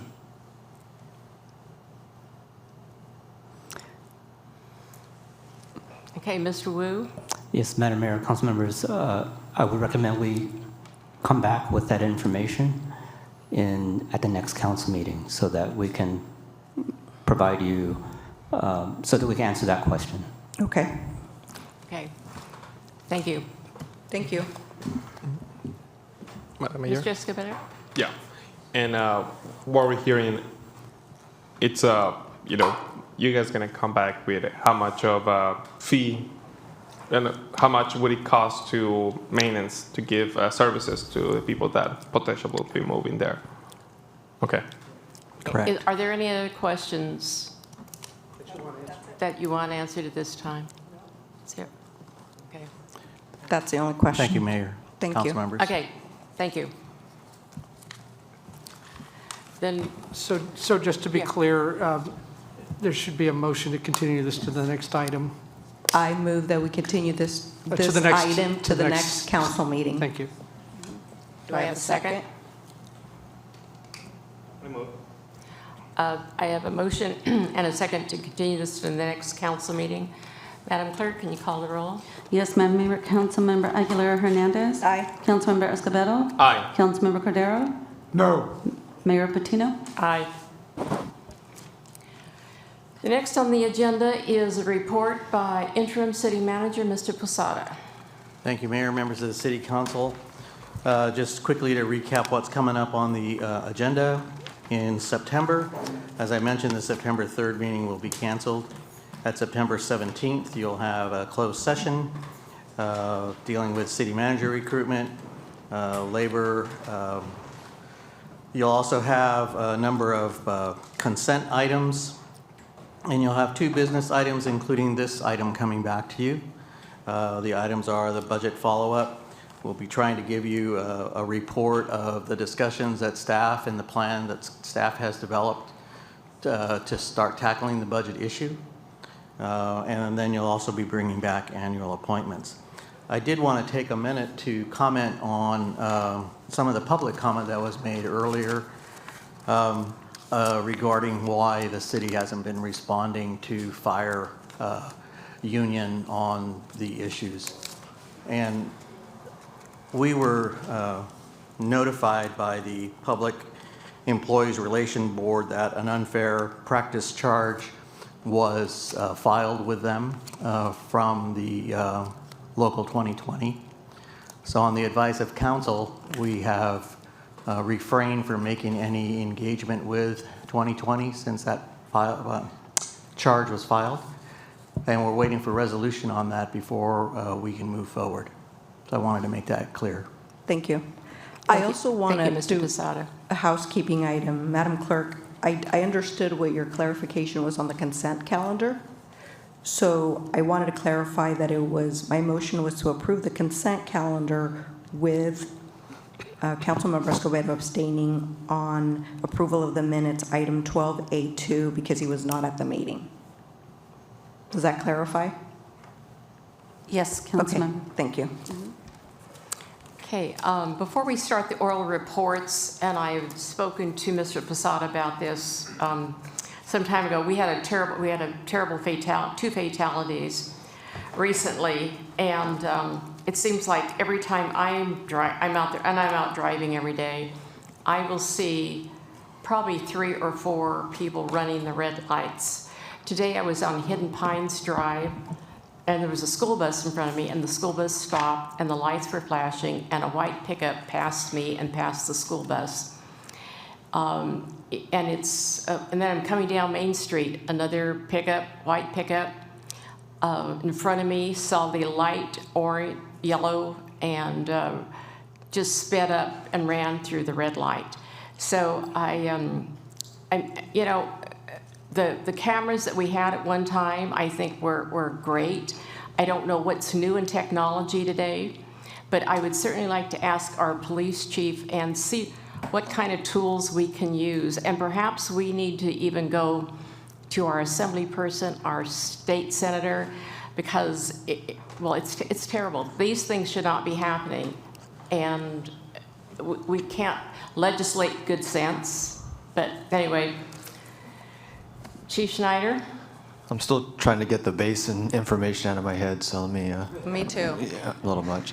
So I did some checking on traffic accidents. So in the last 24 months, going from August of 22 to present, we've had 3,912 traffic collisions in Santa Maria. 5.5% of those were a result of red light violations, so 216. The traffic team says the more significant violations have been failure to yield right-of-ways, pedestrian and bike accidents, and impaired driving is significant, a lot of hit and runs.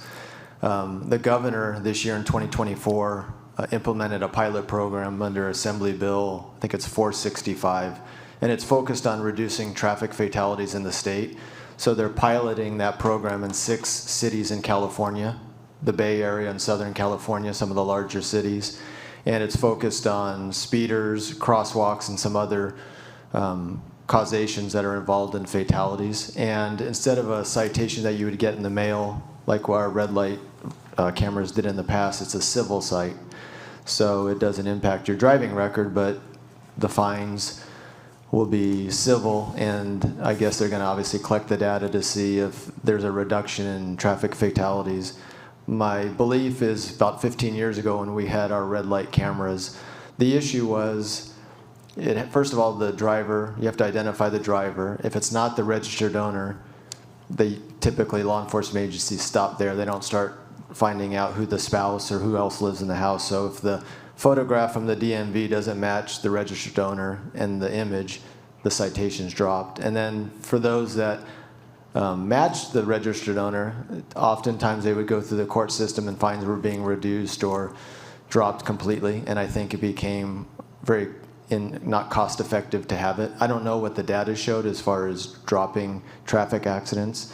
But one thing we do have in the city of Santa Maria is a state traffic safety grant. We get about $350,000 a year, and we focus on a variety: impaired driving, red light violations, distracted driving, all factors in causing some of these bad traffic accidents. So I think we can see what the technology and the success is in some of these 6 pilot cities to see if that's something maybe the city will fund and provide funding for.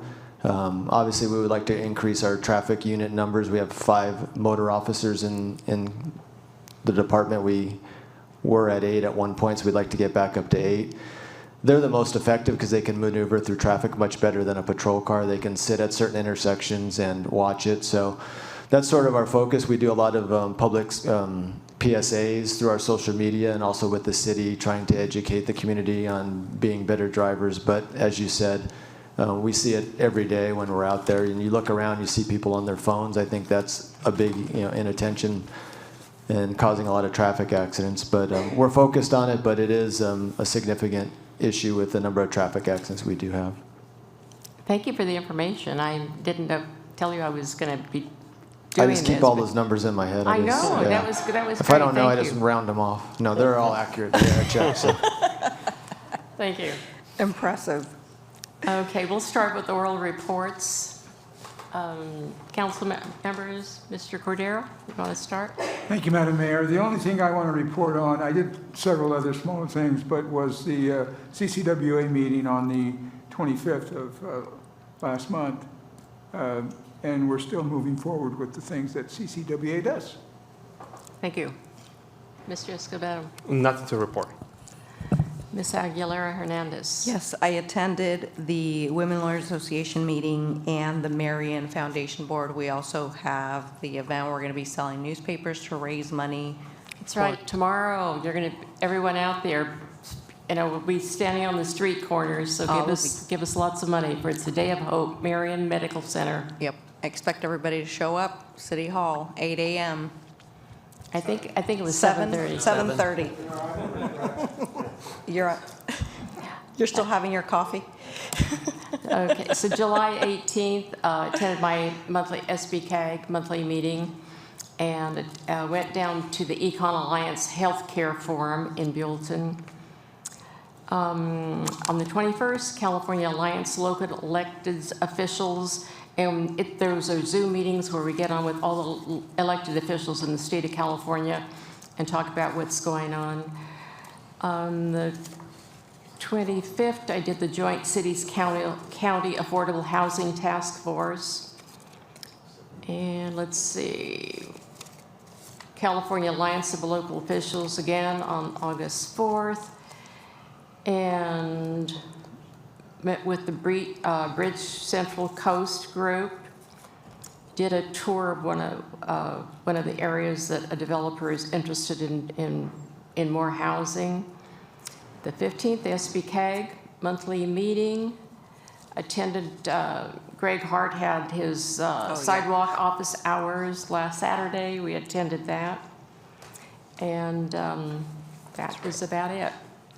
Any other comments from the dais? If not, this meeting is adjourned. Madam Mayor, you're going to be recessing to closed session. Oh, I'm sorry. We're going to be recessing to closed session. We never do this.